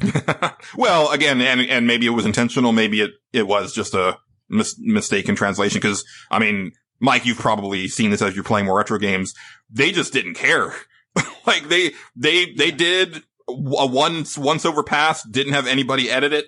You know, it's just like, all right, it's in English. But what would have happened if Miyamoto was Miyamoto sooner? He would have been like a Kojima type character where he leaving everywhere and huge ego. On that path, which we've talked about on the show, and I've sort of made fun of Patrick about, like what? You know, well, I don't believe in story in games. I don't care. Oh, So those mistakes that you're talking about, like, I don't notice them because I don't read any stories in games because they're usually horseshit. And that's my quality of life thing is like, yeah, I don't care why Mega Man is doing this. It's ridiculous. why he's doing it. Who cares? Who cares? Just Am I going shoot to that get to make a buster. choice? Yeah, I just want to bust stuff. Busting makes me feel good. And so I just bust. That's all I'm saying. As it's so like, so there's mistranslation things that a lot of times people gripe about. Like, I don't care why you do stuff in Ghosts and Goblins. They are ghosts. They must die. Like, that's the whole point of it. Mega Man's bullshit. There are some games that'll have like in-game dialogue that isn't skippable, but it's, cause it's very brief, but like even then you'll see like, oh, that's, or sometimes it's even in like the menus and stuff like that. It's like, oh, that's not correct. Okay. Yeah, all I care about is the second time I'd want to be able to skip it, but I definitely should see it the first time. See, I'm at extremes with this right now in my gaming world because I just stopped playing Earthbound. That was the main reason I bought the SNES Classic, because I wanted to know who the fuck that guy was from Super Smash. And in an age before the internet, kids, we didn't know. Yeah. If you weren't an expert in video games, there was a whole generation that were like, who the fuck is that? And you would just believe what your friends said. And so for years, I thought it was a joke, cause I knew the NES. So I thought that was the joke. And then someone was like, no, it's 2 S's. And I was like, well, I don't get the fuck, I don't know. And then someone would eventually say like, he's from this other game. And I'd be like, what game? I would have seen a game. And then you start to learn like, oh, that game's super unpopular. So you wouldn't have seen that game. And then you still don't really fucking believe it. Cause you're like, who the fuck is Ness and all these things. And I really wanted to play the game. Dialogue is amazing. It's more like, whatchamacallit, a Douglas Adams game, or I've never played, Day of the Tentacle, but like the dialogue is amazing. The gameplay in Earthbound is the biggest pile of horse. I don't care what anyone says. Earthbound has the worst gameplay out of any RPG I have ever played. Why is that? It is the funniest, and it's conversely the funniest fucking game I've ever played. For a huge amount of the game, the solution is to just fucking sit there and press A until the battle ends. And it is so mind-numbingly frustrating where it's like, you're leveled up, you're not going to die, but your attack isn't the right amount. And so you just have to sit there, especially in the early parts of the game, and just be like, A, I attack A, and then they hit and they do this whole thing and they're like, and there's like one hit point. You're like, oh, okay, fuck yeah, A, and it's like, it's fucking war of attrition. It's the worst gameplay out of any, but it is at the same time possibly the best story of any game ever. But it's really bad. Like you have no agency over your RPG, unlike with Pokemon where like you can gain levels and sort of strategize. There are no real benefits to it unless there's something I'm hugely missing, which I know I'm not. I feel like in Pokemon you just can't have to really press die A. either though. Can plan. It's a complaint that's leveled against a lot of 8 and 16-bit RPGs these days, and even, I guess, 32-bit, where a lot of them have that deeper strategy available to you, but because of the nature of a lot of the battles, it does boil down to, well, I'm just going to press fight every turn because that's all I need to do. That's a big complaint leveled against older Final Fantasy games. But, and I've actually seen this a lot with people complaining about Dragon Quest XI that just came out because it's so traditional. But at the same time, like, especially in like Dragon Quest games, yeah, most enemies you encounter, you can just button through it and press fight every time, even for your mages. Yeah. But as you start to get into boss encounters and stronger enemies, oh no, you'd better start thinking about, adding the buffs to your party, debuffing the enemy, making sure that you sap them so their defense goes down, because otherwise you're not doing shit to them, right? And that's the type of stuff that I really enjoy. And that's not even it's not even like, I also am going to get to play Final Fantasy 3, which I'm pretty fucking psyched about because that's like a $200 game now. But like, that you may have the trade-off, which I'm fine with in Pokemon or Final Fantasy. We're like, okay, you have to press A now, but it gets to the level. Yeah. There is no deeper strategy in Earthbound. I wish there was a way to almost always just your power has to outpower them. I wish there was a way to make that stop though, because just like Julian hates like long tutorials in games, I hate long moments at the beginning of games where it's like really fun to be in this area, but it's so mindless and numbing that you can't get past it because you have to spend 20 hours before you actually get into the real combat, or in most cases more than that. It's quality assurance. It's quality control and quality assurance. Like the fucking fact is, all it takes is running a simple number game of like, okay, these enemies should be weaker, or you should have more power, so that it's more fun and you can get through. Like, that's it. That's the only thing that makes Earthbound not a shitty game, because I would just press A and hear all the amazing dialogue and talk to people, because it's that good. That's how good the story is that it's worth playing beyond the shitty gameplay. Yeah, and I honestly haven't played enough of it to be able to comment, because I mean, from the way you're describing it, it sounds like it's just a matter of having to grind a little bit, which... No, because I like grinding. It's the fact that, like, the enemies will sometimes not have enough power to beat you. And so you're just kind of sitting there pressing A, and it's the very nature of the combat, which is that it sort of takes a while, and there's no speed up like there is in modern RPGs, or Pokemon has eliminate the animations. It just flashes the sprite, and then your turn is done. There is no way to prevent all this, dialogue that comes up, and you have to click through it, and you're just pressing A 1,000,000 times. Even if you're at the right level, or it doesn't matter if you're at the right level. The simple nature of grinding is you have to there's too many button presses. Right. Cause I love grinding. That's part of RPGs, is you grind and you get a little better. The combat is sort of mindless in a long way. I think Chrono Trigger is the perfect RPG. It's a mix of good story and good combat that's like thoughtful. But Earthbound by far has the best story, because it's funnier, it's better written, it's a little bit self-aware, which I don't always like, and that means it's really good if it's self-aware, and I actually like that. It. Yeah. And that was former co-host Rob's favorite game of all time. So yeah. Where was a case where it was like self-aware that you really liked? Well, I like all the self-awareness of it. There is no time in the game in which I think that the self-awareness is stupid. Every joke in the game is fucking solid. It's a totally solid game. That's cool. It's really it's good to know that stuff holds up, because I was wondering if maybe it was a lot of the humor would be like trapped in 1994 or 1995 rather. Well, some would argue Michael is trapped in 1995. So that's, you have to understand, I've just said I'm experiencing Genesis games for the first time. So there's a chance that the reason it works for me is because of the way I immersively take in art. Yeah. And that I am just in 1995. So there's always that, you know what I mean? Yeah. I'm very unsure what month it is. That's something that happens to me sometimes. So it's a bit of time travel. You're the right kind of subject for it.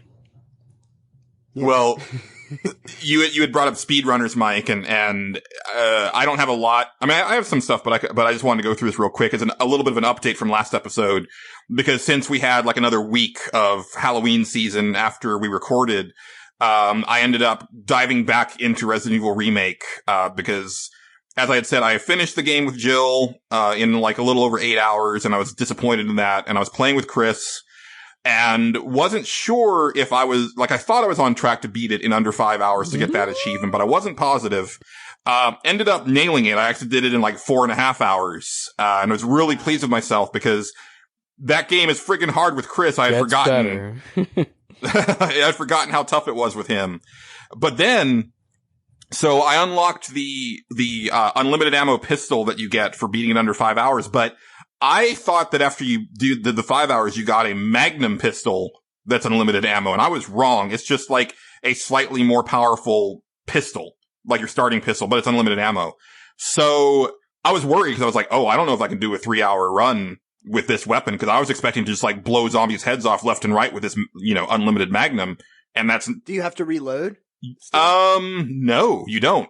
It's a lot of fun, but it's not going to have enough stopping power, especially in the remake, to get you past the enemies, because again, in this one, when the zombies raise back up as Crimson Heads, they're so fast and take so much damage that pistol isn't going to help you any. So you still are going to need a shotgun or a grenade launcher, as a backup. So I was playing through it, and I was like, okay, I'm going to have to skip some of these puzzles and stuff like that. Just barely squeaked in. I think I did it in 2 hours like and 57 or 52 minutes. Yeah. So I was really happy. Fucking nuts. That's a big accomplishment. Thank you. I was proud of myself, because again, like old school PS1 Resident Evil, I wouldn't have even questioned it. I can't watch a 2 hour and 53 minute movie in 2 hours and 53 minutes. That's fucking incredible. Well, thank you. But But as I was doing this, I ended up getting real deep. Do you still pee or breathe? Like, how did you figure that out? That's amazing. Well, I mean, yeah. How did you have? I took breaks. Like, I didn't. These weren't like. I am saying that the biological functions of a human should not work that way, is what I'm saying. That's so fast. How does it take you 8 hours with one character, and then that's time travel? That's too fast. That's scary. Too furious. Well, what if I told you that I got really into watching like Resident Evil speedrunners and watched from this year's Games Done Quick, Pessimism run through that remake in an hour and 31 minutes. Wow. So this is a point that I have to ask you about, because now I do want to beat Mega Man really quickly. I really want to speedrun it. That's going to be my next goal, I think, is to get some real go through speedruns on Mega Man 2, because I get stuck into games. That's how I play it. Do you feel, we talked about the difference between your generation and my generation with Nintendo Power, which, by the way, Nintendo Power, by the time my generation came on, which we've never talked about, it didn't have game tips. It was just like it was like Maxim Magazine about fucking games. Like, it didn't really tell you how to beat games by the time you got to the N64. Yeah. Right. Like, it was bullshit. The first Nintendo Power that had an N64 game in it, I remember it was the Mario 64 issue, and it had like a 3D map that they had made, like kind of they drew it out, but in a 3-dimensional thing. But I think they just started to realize we can't really show you maps the way that we used to in these 3-dimensional games. But it's funny, just to bring the listeners in on a little Twitter thing that, Mike had with Angelo and myself. When Mike was running through Metroid, he was like, how did you find your way through these games? And Angelo was like, we used Nintendo Power. And he's like, what are you talking about? And I showed Mike a picture of one of the screenshot maps from Nintendo Power, where they would, like, literally what they would do is go screen to screen and take a photograph and then stitch them together and then print that on the page. And Mike was just like head exploding. He's like, what? I was so upset, and I was so like, well, now I just have I thought you could beat these games on your own, and it was just a part of the culture. And like, N64 never had that. It was just a magazine. Like, it wouldn't even occur to me to think that there were tips in it. So as a part of that, I have this, and me and Patrick are of the same generation. Like, I feel guilty getting tips online. Yeah. I'm realizing that in order to speed run, I'm gonna have to. Yeah, I was not able to employ a lot of the tricks that the speedrunner did on Resident Evil Remake, because he was using like the arranged controls to have like full analog control, and he was like juking around these zombies with like split-second timing and stuff, and every time that I tried to do that, I got hit. So that's a lot of the reason that like my time was so close to the 3-hour mark, is I was having to go out of my way to find extra healing items because I was taking so much damage from trying to be fancy. You were trying that shit? Yeah, I was trying to like be all cool and stuff. It was like, oh shit, like I didn't judge the distance there, and like I totally got bitten and stuff like that. So, but if you did it 1 or 2 more times. Yeah, and I actually almost tried to go through again, because once you beat it under 3 hours, you get the unlimited rocket launcher. And so that's literally like a one-hit kill to everything in the game. Although the remake adds a random zombie that's covered in grenades, and if you shoot that one with the rocket launcher, it blows up the whole mansion when you whiff it. So that's a pretty neat little wrinkle awesome to that mode. But I almost thought about trying to run through like doing a non-save run to get that achievement, because I could probably blow through it in a couple hours with that rocket launcher. But then I was like, I really want to get back to The Witcher. So I think I'm going to table Resident Evil, but I might try to do that next year. Oh, are you kidding? Are you kidding? If you shaved off, that's bullshit. If you shaved off 5 hours of your time after one run and watching one thing, dude, that's fucking like internet stardom and like real game achievement right in your grasp, Julian. That's bullshit. No, come on. You gotta keep. I mean, a lot of the That's time, so close. a lot of the time when you get like a new item or something in Devil May Cry, it makes it a lot easier to beat those levels when you're more overpowered. But I mean, in the same vein, I do think he should probably live stream that shit. Okay, you beat it in how long? In your current run? Like 2 hours and 52 minutes. And the guy that you watched did it in how long? Hour 31. And keep in mind, dude, are you kidding? If you couldn't do the special moves he did, if you just practiced those special moves and he only has an hour on you and you couldn't do the moves he can do, oh, you can beat this guy. You can totally beat him. Especially with Mike in your corner. Right. Yes, with me in your corner. How could you be like, oh, just go play The Witcher and do easy stuff? Yeah, Julian, why don't you just play the first level of Centipede over and over again? No, that's ridiculous. All right, Mike, I need you to be the Mickey to my Rocky and just like tell me that I'm gonna. I'll do the speech. You're a bum. You're nothing but a bum. This guy is a bulldozer with a wrecking ball attached. Come on, man. You got it. I mean, maybe play The Witcher as a joke, but like otherwise do some real fucking The gaming. Witcher is literally the best game of all games. time, Mike. Like, if you're talking best I'm game sure it is. Yeah, but all I'm saying is like, I do this to my friends and then they end up getting real at their gaming. Like, I have a friend that refuses to play Dark Souls. It's like, and I say, oh, that's great. I guess you just don't like real video games. Cause that's a real video game. Get some real gaming in here. Julian, how long have you been playing video games? Since I was 5, so that'll be 33 years.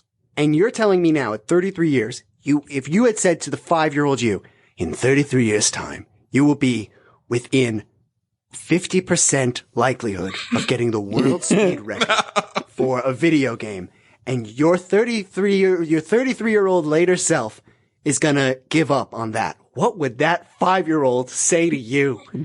Come on. 33 years and you're really close to probably being one of the... You just be like, I just want to have fun.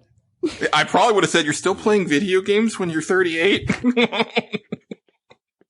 I thought I was going to be a race car driver.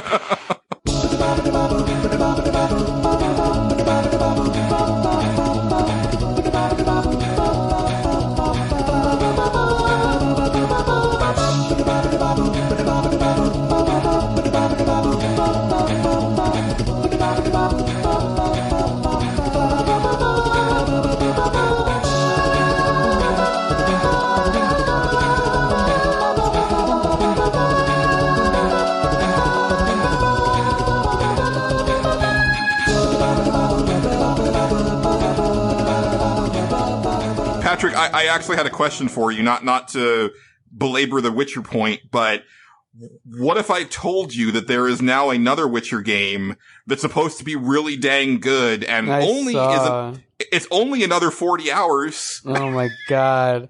I was like, you're screwing with me, world. Of course I thought I beat everything and you just add 40 more hours. I'm watching this review and I'm like, this looks really cool. And like the reviewer is really over the moon for this and blah, blah, blah. And then it's like in my 40 hours with it, like, oh, holy crap. Come on. It's apparently one of the best stories ever as well. They don't even say what it's about though. I'm like, give me some sort of clue. No, they just... You have to hear how that's a little ridiculous. Apparently one of the best stories as well. Like people get so hyperbolic with this stuff. Yeah, there's a lot of hyperbole these days. I mean, once you beat The Witcher... This is also the best story of all time. Maybe it's just one of the few games that has a good story every once in a while. Yeah, I just don't see how you can top The Witcher 3's like progression and ending, like where it goes, from where you start to where it goes, and like the types of enemies you meet along the way. It's like, I don't know how you could have something so creative and, I don't know, as well as archetypal at the same time. I always ask why you guys buy more games then. That's my question. When you're buying, like, I honestly... Because it's an illness, Mike. You try to find something even better. Seems like I can't afford like these newer games all the time. Like, so I play these older games. It's great that I can buy other games. Well, and I do sometimes, like, I'm betting on the Genesis being the game to collect. Like, right now, Genesises are really cheap, and so that means that pretty much they'll always go up in value. So I'm going to sell a lot of my Genesis stuff in 2 or 3 years. For a profit. But, like, I can't afford to buy all these other games. Like, I'm so shocked that you guys, why not just only have The Witcher? That's like pretty much all I got. I got it for $10 or something. No, I can't speak for Patrick, but for me, I have a problem. I acknowledge my problem, Mike. I bought friggin' Assassin's Creed Odyssey last week, even though I know it's like 100-something hour game and I didn't even finish the last one, but I have a Best Buy Gamer Rewards Unlocked card that's going to expire in December, and I was like, well, I better go ahead and do this now. Yeah.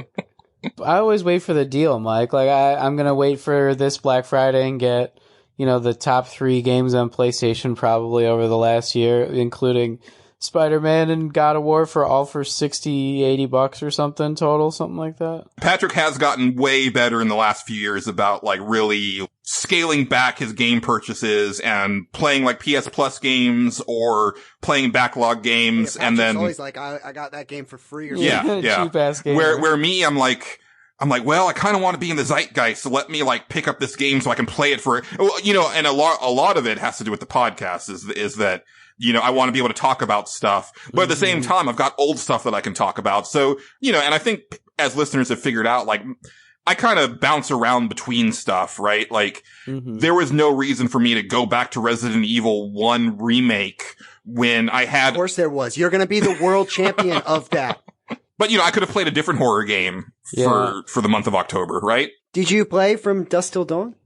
Or from Until Dawn? Yes, I actually, that one I streamed, all night. I played it 7 hours straight on Halloween of 2016. I thought you did it every year. No, I've only played it twice.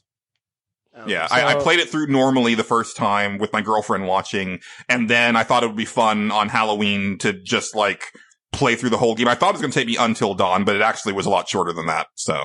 Whereas you like stay current that way, where you just buy a bunch of games and play them like little bits as they come out. I try to do, I think, something that also keeps me current, but it's like for persistent games. I try to like stay in touch with, you know, the games on the circuits, like either Hearthstone or the fighting games and stuff like that are there for years, but you know, I still got them and there's still something new that happens with an update that I know about. Yeah. But then another part of it is that I like collecting games. I like having those shelves fill up. Oh, it's a big one behind you.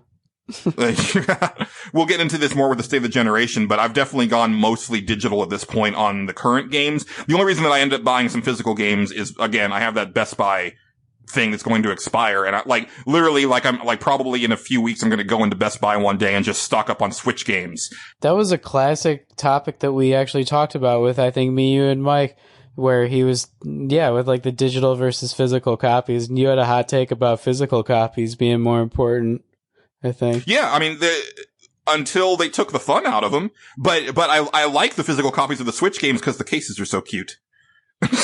Well, I'll say this, Nintendo games have never gone down in value, although I have now heard that people are starting to have problems with Atari games, and I sort of was inspired by that when I saw that I could get this SNES Classic for so cheap, which is to say that they will all die eventually. Oh, sure. And so there was the thing that made me want to get the SNES Classic is resale value. Is at some point I will make a choice. You know, I have most of the games I want on this, and maybe I'll sell the SNES or maybe I'll sell the SNES Classic. But in terms of collecting, Nintendo products have never gone down in value from a used price. They always go up eventually in value pretty much. If you collect like en masse, like the entire collection of NES has gone up in value. If the entire collection of N64 has gone up in value. But you're forgetting the initial like precipitous fall, right? Like, because I mean, like I said, like I wasn't joking about the 80 copies of Maximum Carnage, right? Because like back at my store, like when I first started working at Game Fellas, we had piles upon piles of Nintendo consoles, and Final Fantasy VII is a great example of a game that is now going for, you know, upward, like close to $100. But like, I remember a day when we were selling that game for $9.99 because we had 100 copies of it, right? So you have retail value, and then it goes. That's how I collect. Right. That's how I collect. I wouldn't buy a Genesis game for more than $12 ever. That's a ridiculous price for a Genesis game.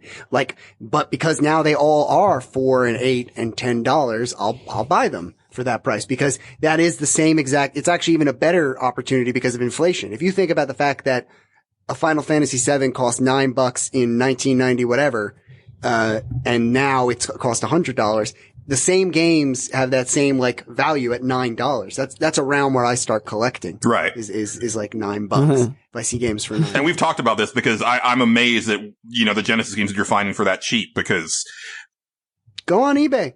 Go on eBay. People sell them. People are selling them out of their basements and stuff. I bought a Genesis for $10. Right. It might also be just the games that you're buying versus the games that I'm buying. Cause like, Yeah, What would you want? like, because I bought like, I think the last Genesis game that I bought was like Phantasy Star 4 for like $80, which is not bad. Fuck off, of course. Yeah. Yeah, but it's like, of course. it's like a turn-based game on a system with almost no turn-based games, which by the way, I own Dungeons and Dragons, which I got for like $7 in the case.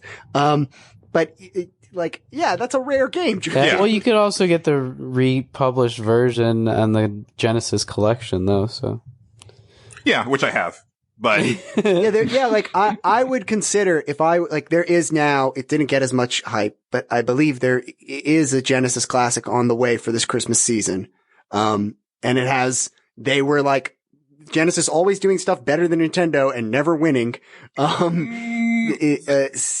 Sega is selling it with like 100 games or something as opposed to 12 on the SNES Classic. yes, but buyer beware on that one because that's not, there have been previous Genesis mini consoles like that in the past, and this is not. I know nothing about it other than that I saw it was real, that it wasn't. This one that's coming out is not like a Sega made product. It's a Sega licensed product. So take that into consideration where like the Nintendo stuff has been like a very like meticulously curated, like very carefully emulated type of thing. This may be less so. So I would say, check out reviews before you actually like make the plunge on that. Like especially after seeing the lineup, like I'm probably skipping on that PlayStation Classic. But terrible. I also, What is in it? There's 20 not the best games. library. It's got like original titles when they should have released the sequels. Like they've got Twisted Metal 1 on there when Twisted Metal 2 is Twisted like Metal far 2, superior. yeah. But Same you know thing what? with just, like, I'm happy they got Mr. Driller. A lot of people don't even know what that is, but it's a great puzzle game. that's a good deep cut. I don't know. It didn't thrill me the way I was hoping it would. And I think right now the only thing that's going to come down to me buying it is how it looks They because didn't have any that's Activision games. They don't have Soul Reaver, which you need, right?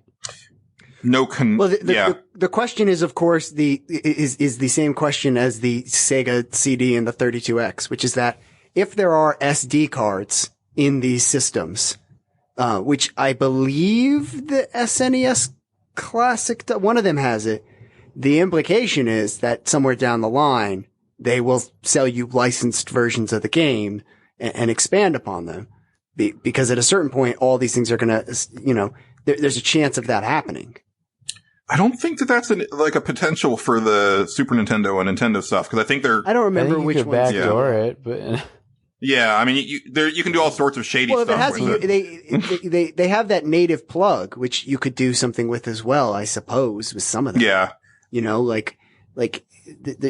it is these weird, maybe not with the controller import. I don't think you could. That's all like basic electronic shit. I don't know if it's actually sending memory through. Yeah, I mean, Sony, I would expect this more from Sony than Nintendo, but they could do a thing where there's like, you buy like a dongle pass through that has like extra games on it. So you plug this into the controller port and it has itself a controller port in it.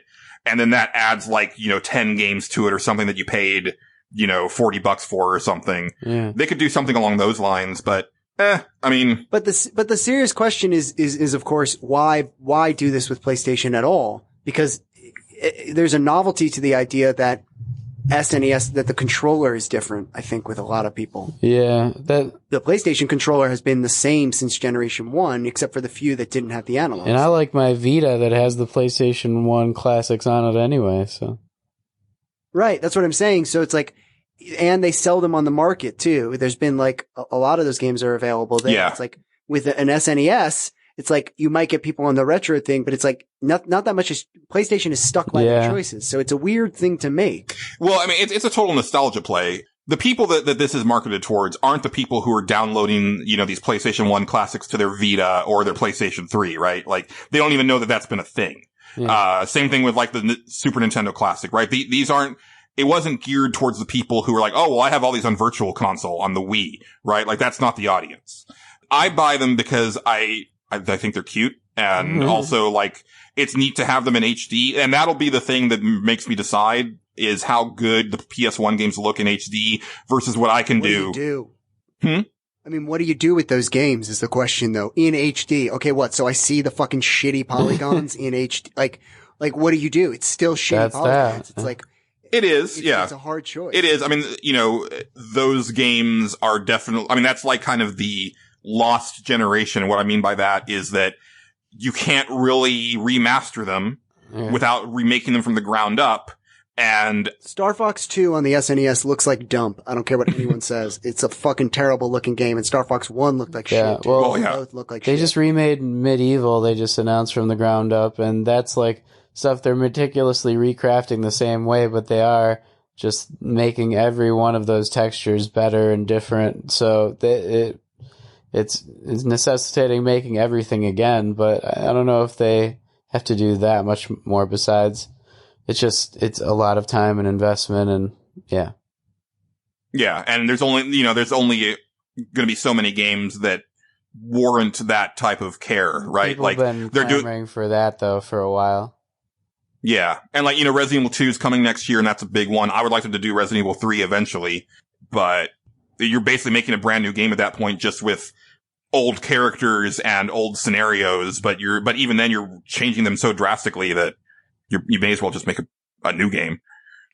That's the thing with the PlayStation. That's why I don't get it. Is like it was a generation that set up a lot of like it was cutting edge at the time. Yeah. But if you're the reason I like Nintendo products is because Nintendo never pushes the limit of their technology. And some gamers, hardcore gamers, are always like, oh, they don't push anything. Like they're not at the bleeding edge. It's like, dog, I like how my games work all the time. That's one of the things that I really like about Nintendo. I like that I plug the game in and it never fucks up. And like the N64, which is the worst Nintendo system, does push it. And guess what? Most of those games suck because they try and push their technology, like Gauntlet, like we were talking about. And I want to add, I did not know Gauntlet got sequels that were on like major systems. I thought they were on like websites and shit. I had no idea they were on. It's because when Nintendo lost it, it went off my radar. I did not know. I don't want to make it sound like I was smarter. When I submitted Gauntlet I did not know. I thought it was like for fucking phones and shit. I did not know that it was like on a Way to own up PlayStation. to That's it. ridiculous. Yeah. Like, I just knew that Nintendo lost it and that they had lost certain games, that they developed that Game Boy Advance game that never happened. But like, it's bullshit either way. But the Gauntlet on the N64, you have to put in another fucking processor. Are you kidding me? And even then, the game crashes. Like, if you want to crash your copy of Gauntlet on N64, have your weapons selected and run around for a while with them selected, and eventually they'll gray out, and then try and change your weapon, and the game will Why crash would you do right away. that? Well, I don't know if you want to see the game fucking crash. I mean, I'm a level fucking 50 wizard. I don't care if it crashes. I'll go back. I used to play that all the time with my friends, though. It never crashed for us. So, like, I mean, How far did you get in the we game? were not very good. Yeah, so when you start saving weapons, like the game, it seems like memory seems to fuck up the game. So like in order to beat the game, you have to hang on to those power-ups because you can turn them off. And that's the key to beating the game, is that you don't need your power-ups until like way later in the game. So you turn them off and collect the maximum of the power-ups, and then when you get in trouble, you fucking go crazy with them. And so that seems to crash the game every time. And I have a pretty fucking good, an extension pack. Like, are you fucking kidding me? And so those games suck. Like Gauntlet, even like I like that game, but it's not really replayable for anyone else. Like they suck. And so I thought PlayStation was bleeding edge. There's not a lot of reason to go back to retro because when you played those games at the time, we had a PlayStation in the later years. That was our system as kids. Like, it was fucking rad. It was like really great graphics. You didn't see anything like that anywhere else. But why go back to that? Well, They knew they were pushing it. I think for me, as someone who experienced all those games as they came out, like literally bleeding edge, because I was buying those games like on release day and then beating them and turning them back in for store credit the following Tuesday for the next new game. It's more of like, I want to go back and look at these games, see how far we've come, like not just like graphics wise, but design wise. There's definitely a lot of arbitrary bullshit in those older games. And it's like, oh wow, like, they were onto something here, but then they did this. And it's like baffling that they did this. But at the same time, it's, going back to like the Ninja Gaiden thing, it's like, well, but they were learning a new language, because when the switch was made from 2D graphics to 3D graphics, it was a whole new world. And like, I remember like reading magazines and learning this totally new lexicon of words. And we're seeing it now with like VR, like completely new vocabulary for that stuff where it's like, even I'm having trouble following it. And I just find that stuff really interesting from like a historical perspective. And, you know, but the thing is that, you know, I don't have like a CRT, right? Like I'm not going to lug around this giant tube TV anymore. So, but I want these to look as nice as they possibly can. So that's where I might be interested in this thing where it's like, okay, this is all going to go through HDMI. It's going to look really nice because the best that I can get out of my PlayStation 1 games currently is if I play them on a PlayStation 2 with component cables, which does look very nice on an HD TV, but it's not going to look as nice, I assume, as this PlayStation Mini that's going to be, you know, plugged in through the HDMI cable. But they have to do work on it. Like I, quite frankly, play all my retro game systems on cable. I use my coaxial input. You hurt my heart. You just do it worse on purpose. Hey, wait, can I pitch the coaxial cable? These fucking HD TVs have all these auto shits that you have to go through. I already, when I get my TV, in order for my DVDs to look right, and yeah, I said DVDs, I have to go through and like change a million settings in the menu so that it looks the right way and that I can actually see the blacks and things. They have this thing of like, why are the blacks so black? I don't care if they're that black. I need to be able to see the other stuff that's kind of black. And so like, they always are like, get the super black. I don't get that. I can look at I can stick my head in a bag and it'll be real black. Can I see the rest of so I have to go and like fix that. The coaxial cable, they have no settings on. So that's the first thing, is that you can just plug it in once you get it going, like it just plugs in. And then B, switchers are bullshit. Like I hate the look of switchers and having those AV switchers. So I own, from like 1992, I own a coaxial multi-tap that just plugs into everything. And so I just plug them all in and they all run into, a coaxial cable only responds to whatever signal is going into it. So if there's no signal going into it, that's how it used to work, that you could have your regular cable running into the coaxial and then a splitter that it would only turn on if you were on channel 3. Right. So my TV channel, which I don't use anymore, like all other things would run through the HDMI port. Essentially, I just turn them on and I turn on the cable channel on my TV and it all turns on. I don't have to do anything. And that CRT bullshit doesn't exist with the AV cables because it's as analog as you can get with coaxial. So there's my pitch on it. And I know it's stupid and I know they look worse. I don't care. I hate having to bend over shit. I'm not bending anymore. I don't want to bend. I want to game. I want to turn the thing on. I don't want to bend. This isn't yoga. If I wanted to do yoga, I would do fucking yoga. Patrick and I didn't catch all of that because you cut out, but I know it'll be on the recording, so the listeners will love that. It'll be on the recording, and I'm gonna supplement it with some more shit. Now that I know it's not gonna be linked up, I'm gonna go back in and fucking add shit. Take it as an opportunity. Like, and another thing, fucking too, I like stat. Just like the 8-bit and 16-bit, limitations make features. Oh man, but like, even back in the day, like once S-Video became a thing and I saw a Super Nintendo with S-Video for the first time, I was like, I didn't know it could look so good. This is the future. So just the thought of going back to the RF cable, just, oh man. I never played those games. I never played an N64 until I was much older. On an AV cable. My N64 and my PlayStation always ran through the RF. I got the good GameCube cables. I remember that. And I think I'm having a stroke. Is that toast?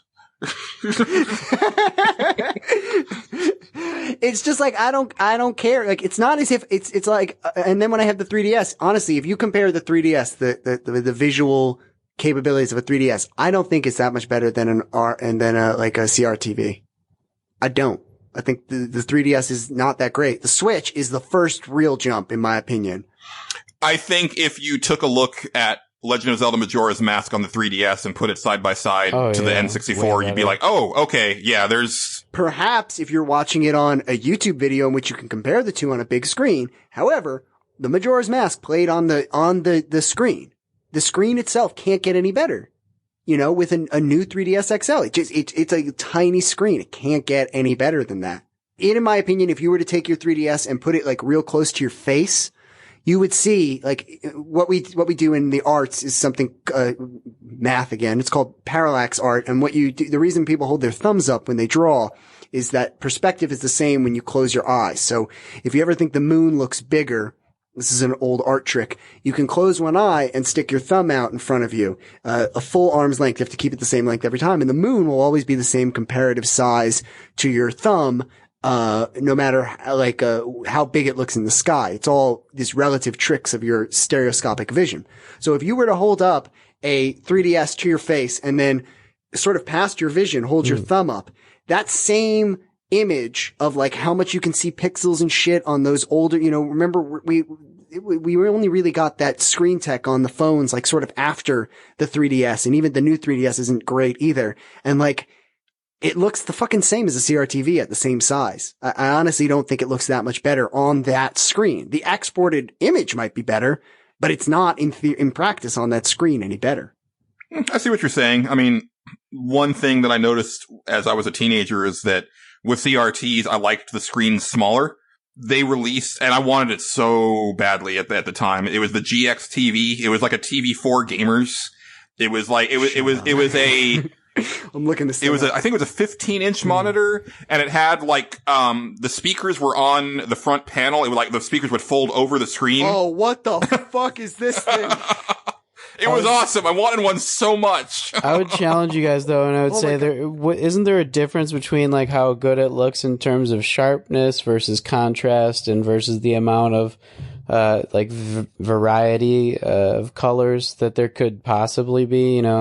All of those things are different, and some of those are dependent on size, but not all of them. Yeah, and I mean, it also depends on. Okay, well, let's say again, no, the idea that I want to add this because this is a gamer myth that's untrue. More colors and things like that on a newer TV, is maybe something that an auto setting has. But of course, in games, you really want the game to be running natively. Why modern game systems are so fucking smart is that they're even smart enough to see your input and adjust to use the best of your input as well. Like there's this space race going on or this arms race rather going on right now between, and if I sound distracted, it's because I'm looking at this GX TV and I want one so bad. That if your TV is adjusting and adding more colors, like, no, like it can't add more colors than it has, especially any system that's even slightly older. Like these newer TVs can adjust to the fact that your TV has a different color range, or these newer game systems and the newer games. But really, that's a modern thing, Patrick. The graphics are what the graphics are when they come out of the system, in these older systems. There is no depth that you're not seeing. It's designed to show on the CRTV. Yeah. The only difference perhaps is the Game Boy, the Super Game Boy. I will counter that with, you should definitely, Mike, at some point check out the My Life in Gaming YouTube channel where they start to like hook up like these old systems through SCART cables and VGA and stuff like that, because the additional detail that they get out of these old games is astounding. Well, yeah. Okay. Size may have something to do with that. Like a bigger TV is definitely better. But no, I'm talking about. No, I'm not even talking about the size of the television. No. But I want to talk about color for a second to explain what I'm saying. Is that when you, for example, create in a 3D program, and it may be different for games like on the PlayStation, but for the most part, when you create a game in a 3D program, the 3D program has a set of colors. If you look at Photoshop, and what you can do is something like let's take a hill and we'll make a gradient. We'll make it like a purple hill, and it's blue at the top and it's purple at the bottom. It's a very basic example of it. And you can say, look, I want a gradient from the full range of pitch dark purple to bright purple in the middle, and then transition to bright blue, and then to dark blue at the bottom. Mm-hmm. Now, the difference is with an HD cable and using an HD game and HD technology is that that information is all there. It's all been interpolated by the game. All the information of the millions of colors in between, those two ranges, and then especially applied to the camera being far away, all that information is there. And you can squeeze more out of it. With these older games, if they're not sending out the information, then it can't be added, so there's not really a huge amount of reason to it. I'm sure you can get more resolution detail by having a TV that can handle the resolution and things like that. But the idea that there exists millions of colors, which why we use the term bits are still applicable to these things. Like there's a limited color range, that increases exponentially over time, but you can never get more than is there in the original game. It's a weird concept to understand with images. I don't understand, maybe gameplay wise, there's different benefits because I don't understand gaming, but image wise, the image can only be there from the beginning. That's why people advocate for film, because you can always upgrade a film. You can always add more resolution to it by reprojecting it and optically printing it. A digital image is always that digital image. It really can't be upgraded without sort of fakes, kind of filling in the blanks. Well, but I mean, I think that's what I'm saying is that it's not that this is like adding to the image, but you're seeing more of the image, right? Like every time that you go up a level. So like if you go from RF to AV and then from AV to S video and then from S video to component cables, like every time that you do that, Right.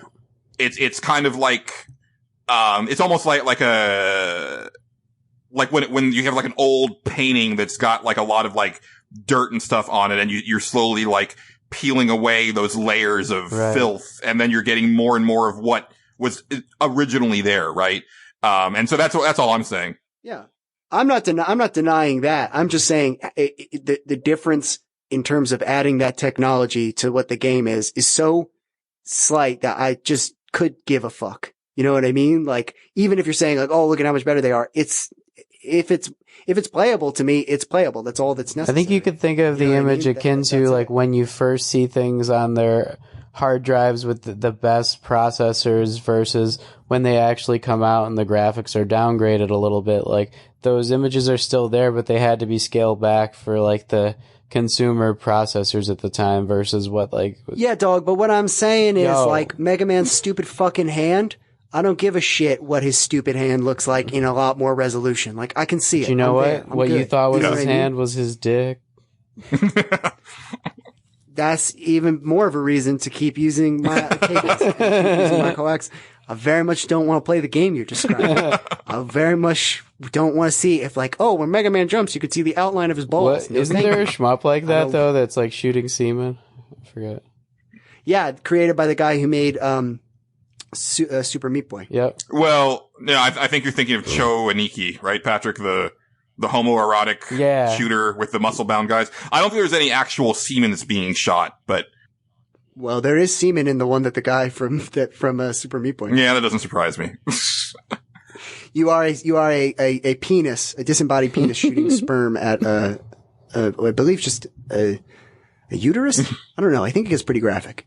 That's as good a place as any to end this edition of Nerds Without Pants. Wait, what's Patrick playing? Nothing. What? No, I played Red Dead. Oh, that's right. Yeah, I wanted to hear more about that. Yeah, it's okay. Julian forgets about me. I'm just here. Yeah, that was so mean. You said now, Patrick, when you come on my show, I won't forget you. Oh, now I will. Now, to be fair, I will abuse you a little more than a Julian did, but you won't be forgotten. Mike does this Stockholm syndrome thing where like he hurts you a lot, and then he's like letting you out. He's like, "See, this is not so good. Yeah. You come back now. This is not so bad. Why don't you just guard this door, take this machine gun, and don't let anyone in the bank, okay, Patrick? Everything's great. We're friends." Oh God. What are you playing, Patrick? I did try Red Dead. That was one of the only new things I'd done in the last couple weeks. A lot more guitar. I'm actually getting good. But no, I really had not that much new stuff to say because when I was playing Red Dead, I couldn't figure out what to do, honestly, compared to other menu screens that I've been used to. I thought they like stripped down what they should have. Like you had to press start and go into a details page in order to see what to do, and it didn't hook on to what was going on in the map. And I was just like, this seems like the Wild West in terms of video game creation. I'm not seeing this 100 hours that everybody's been working on for, ages to make this game to come to fruition. And I guess I need to spend more time on it, but I just thought to myself, just like the first one, I thought it was kind of empty in comparison to what it should have had, just in terms of man hours that were put into it. Yeah. What should it have? Stuff like The Witcher. See, I think that's the key to getting people to hang on and play like a million hours in a game is like, you need rivalries. You need to bring that back. You need to go back to the era of Genesis versus Super Nintendo. It's like, you need to pit the Witcher people against the Red Dead people. Yeah. I mean, we've got that in spades. I mean, that's one of my big issues with gaming today is that like every game has to have its own community. But they need to be going to like Mike's store and punching him in the face. Yeah. Like, and it always turns into an either or.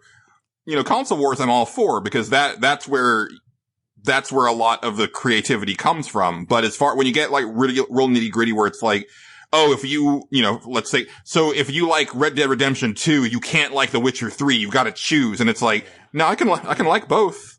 You know. Can you though? Can you though? Cause do you have any other time to go like shopping and do your job? Fair enough. You can only choose one 100-hour game. Sleep is probably necessary, I've heard. It was harder to pick things up, harder to craft things for me, but I mean, I just didn't have time with the system, so I felt discombobulated.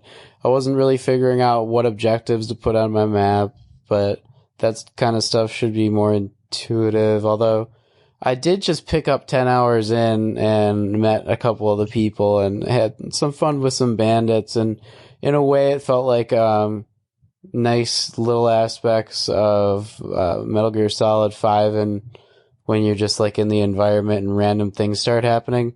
But I also thought like that just being on a horse and going really far for no reason time and time again, like it happened in the hour that I played for like 35 of the hour. And I'm just like, yeah, is it better than Destiny was going to be my question. Is if it's like this open world thing where like you have these objectives, like, is it fucking better than that where it's like mindless shit's just happening? Well, Destiny is like a very closed world where you do the same thing over and over again, I think, right? I mean, you can go places. You can go places and like there's random little fucking world hunting map. quests. Yeah, but yes, you have to do the same weekly, what do you call it? Star Strike or whatever they call it. I forgot. Right. So what I'm saying is certainly they think the experience of having to like travel somewhere enhances it somehow better. Than like, okay, here's a pretty small map and there's some objectives and they're kind of, because it really is the same in Red Dead. It is just guns and go place and shoot a thing. Right. But is it better? Did you feel more immersed? I guess. Oh, yeah, I don't know. It was beautiful. It was definitely more beautiful. The landscape and stuff. You could see like these overarching vistas and like you could see the 24 hours changing. So sometimes it would be pretty grayed out, but other times you could see deep reds and crimson bricks. Oh man, you did not pitch that well, Patrick. You can see how time passes is the pitch of this trying game. To say the color hues change a lot. I don't know. Was it worth it? That's about all it was. Do you that sounds terrible. Do you like doing that? A lot of people do. I don't like sunsets. I'm not a fan of sunsets. I never got it. I don't get it. So that's a dead serious thing. I don't get sunsets. Someday. It says a lot where Patrick's describing a Rockstar game to me, and I'm like, you're selling that game short because I have no interest in playing this game whatsoever. Like, okay, and it wasn't me, right? I thought it was a bad pitch. What else is happening? Nothing. You're on a horse. Are you excited for it? Oh no. Okay, great. This is the worst ending to any episode. I'm so bummed. And it's supposed to be a masterpiece, man. I mean, I think honestly it's an interesting ending because people don't talk about how underperforming AAA titles are enough until the first year has passed or so. Well, I mean, it kind of surprises me just because, you know, you really loved like Grand Theft Auto 5 and this is them like going even further towards that. Like, we're going to simulate everything and make it as realistic as possible. And, you know, that was my thing with Grand Theft Auto 5 is that I was like, they're going towards this simulation at the expense of fun. And like Red Dead Redemption 2 just seems like this is, well, it's not their final form. I'm sure they can go even further with this. I might have something planned for the website, like article wise about this. I've got something percolating in my head, but, you know, I thought about picking it up before launch because, again, you know, I'm always curious and I was like, you know, like it might end up surprising me. It might be like one of the best games I've played in a long time. And then I looked at like the Giant Bomb quick look and the first few minutes I was like, these animations are going to piss me off so much. When I was on my horse, I died 3 times in the first 10 minutes just falling forward and places. Are you fucking kidding? Yeah, and I didn't realize that it was too steep or something of a slope to go down. I'm like, this is too real. Oh my God, that's the most boring thing. Cause I'm not gonna ride a horse in real life. And then there was this other time, or 2 times I fell off the horse. This other guy knocked into me, and that's the reason we both fell off, but he was able to recover quicker, and he was able to shoot me while I was just like trying to stumble around. And I'm like, this is way too slow compared to other games that I've like fought in. I'm not really sure why it's taking me so long if I'm like one of the best gunmen in the West or something like that. How can you make riding giant horses boring? How does somebody, that's the most boring, like, it's a huge horse. How did they make it boring? That's and boring. You have to keep pressing X or A depending on your console for riding quickly. If you want to ride quickly, you have to literally press the entire time over and over again. All right, that I like. I don't know. That It gets to be a lot, man. I just want to hold it down. I wish there was more, and I know, I'm not saying games aren't athletic, but I wish there were more, I like that. feats of athleticism. Like, you know what I mean? Like that's something I like. I like the element that you have to do it. It should keep me in shape, but it shouldn't give me carpal tunnel syndrome. Like, well, I was actually just talking about this because I bought a lot of games and it came with the Wii Fit thing. So I bought a bunch of games and they like sent the Wii fucking Fit thing. And so I traded in all these other games and they were like, we don't take the Wii Fit. And I was like, you can, I don't know if you need, and they're like, we have an e-cycling thing. We'll send it to them. I was like, great. Thank you. I'm not, cause I was just going to fucking throw it on the street. And I was like, cause I was just telling someone was designing an AR thing. And I said, it's so funny that usually Nintendo really forces their developers to use these new things. Like the 3DS and the DS are sort of the collection. If you don't like the stylus pad, the collection of games that are kind of cheap and fun to collect, like you're limited because they really wanted people to use that fucking stylus. Yeah. And so there's a lot of games that use it and it kind of sucks a lot of the time. And I was saying the AR on the 3DS, they didn't really force games to use it. It wasn't a huge thing. And I was trying to think of what other times have they failed to force developers to use their equipment. And that stupid Wii Fit thing is one of them. And I was like, what other games use it? And I was like, there's only 2 they wanted games. to have a Wii Vitality sensor too, but that never came out.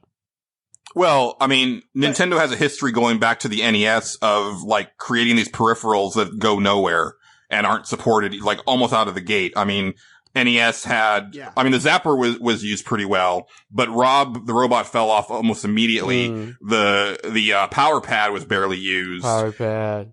You move on. The Super Scope got just a handful of games. I mean, it's just Virtual Boy in general. Yeah, it's well, that was another console. Virtual Boy's another system. Yeah, but that's also a peripheral. So would you like to know what other game uses the Wii Fit Pad? Yeah. Is it one of the Just Dance games? That would make a lot of sense. It's Is not. it like a snowboarding game or a skateboarding game? Oh, that would be great, which is why I brought it up. That how much fun would it be instead of ruining everyone's hands if we used, these feet things. That was why I brought it up. Guess what? Not that one either. What is it? Because we got to land the plane on this. Punch Out. Oh, yeah, I remember that. Yeah, you used your footwork for it. Only people that owned the goddamn Wii Fit Pad were weirdos who would exercise on the Wii and hardcore NES fans who wanted to buy a remake of Punch-Out. It might be the strangest intersection of gamers that own something in the history of gaming. It's like, oh, why do you have that Wii Fit? I like to do slight ab exercises using this expensive computer. Why do you own it? Oh, to play an obscure game that they lost the license to and now has no celebrity attached and is kind of a generic game. You shut your goddamn mouth about Punch-Out, Mike Fallek. I will not. I won't shut my mouth about Mike Tyson's Punch-Out. The other games, though, where the celebrity went away and they're just kind of punching games, I don't feel, the fact that the biggest celebrity in boxing games for a long time was the guy who said, "Let's get ready to rumble," is an odd, a non-boxing. I should buy Ready to Rumble for my It's John Dreamcast. Madden. Well, there's the John Madden too, WWF right? games. Play. Yeah, I mean, there's plenty, but yeah. No, but I'm saying endorsed by someone who doesn't play the sport, like John Madden and Ready to Rumble. Oh, I yeah. can't think of other Oh, examples. Oh, They're like, I mean, you go back to the, Genesis days, like it's all over the place. You got Tommy Lasorda, you got, Joe Montana, you've got Bill Andretti. but Joe Montana, Wayne Joe Gretzky Montana plays Yeah. plays the game. Yeah. No, wait. John Madden did not play football. John Madden Oh, coached I football. thought you meant play the actual game that Tommy they were, Lasorda like also was a coach. the right? video game. Yeah, that's what I'm saying. So that's a good one. Lasorda's a good Yeah. one too. But like the Ready to Rumble guy, I don't know if he knows how to box. Yeah. I don't think No. so. I imagine John Madden could in his day. He might have played for a little, but he was a coach mostly. Yeah. Like, are there other games? Like, you wouldn't do that for any other genre. Like, I can't think of any. Yeah. Alex Trebek's snowboarding event. Like, that would be a weird one. Yes, that would be. This podcast has been a weird one. And I think we're going to finish this podcast because this has gone longer than, our last few episodes. But I by, have one request. Can we go 2 more hours with me yelling at Patrick about Hearthstone? no. Please. I can please. take That's all it. I want to do in the world. Come on. Patrick can come on to Hackthought Podcast and you guys can have it out about Hearthstone. All I'm saying is, why end it here? Let me yell about how Yu-Gi-Oh's bullshit. Just get him going. Keep going. Well, Why maybe now? in 2 Let's years start from the now. machine up again. 2 years from now, I'm gonna come back and be like, look, I've mastered Yu-Gi-Oh. I'm the king of Yu-Gi-Oh. And Patrick will be like, okay. Crick. Be like, Yay. Yu-Gi-Oh never existed. This is actually the time for Mike to talk about all of the amazing things that he is doing. Mike, take it away. What would you like to promote and plug? I do a plug song. This is what I do now. I don't do Butt plugs. I don't plug. do plugs. I don't think it's content. So here I go. Here's my song. If you like the internet, you'll like stuff. If you like the internet, you'll like Mike. If you like the internet, you'll find me. Staranus.com. STARANUS.com. That'll take you to all my stuff. Okay. Really? Real URL. I own it. Why? Real URL. I own it. Why? Because I hate plugs. And so I sing that song instead because it's fucking hilarious. And I own staranus.com. I own it. No one else can have it. It's mine. I know how it is to have a URL, but you pick a good one. Staranus.com is the only I one. guess you're right. That's what I'm saying. It's the best thing. I might put it on my tombstone. That's what you're doing with your possum or your ferret. Or Yeah.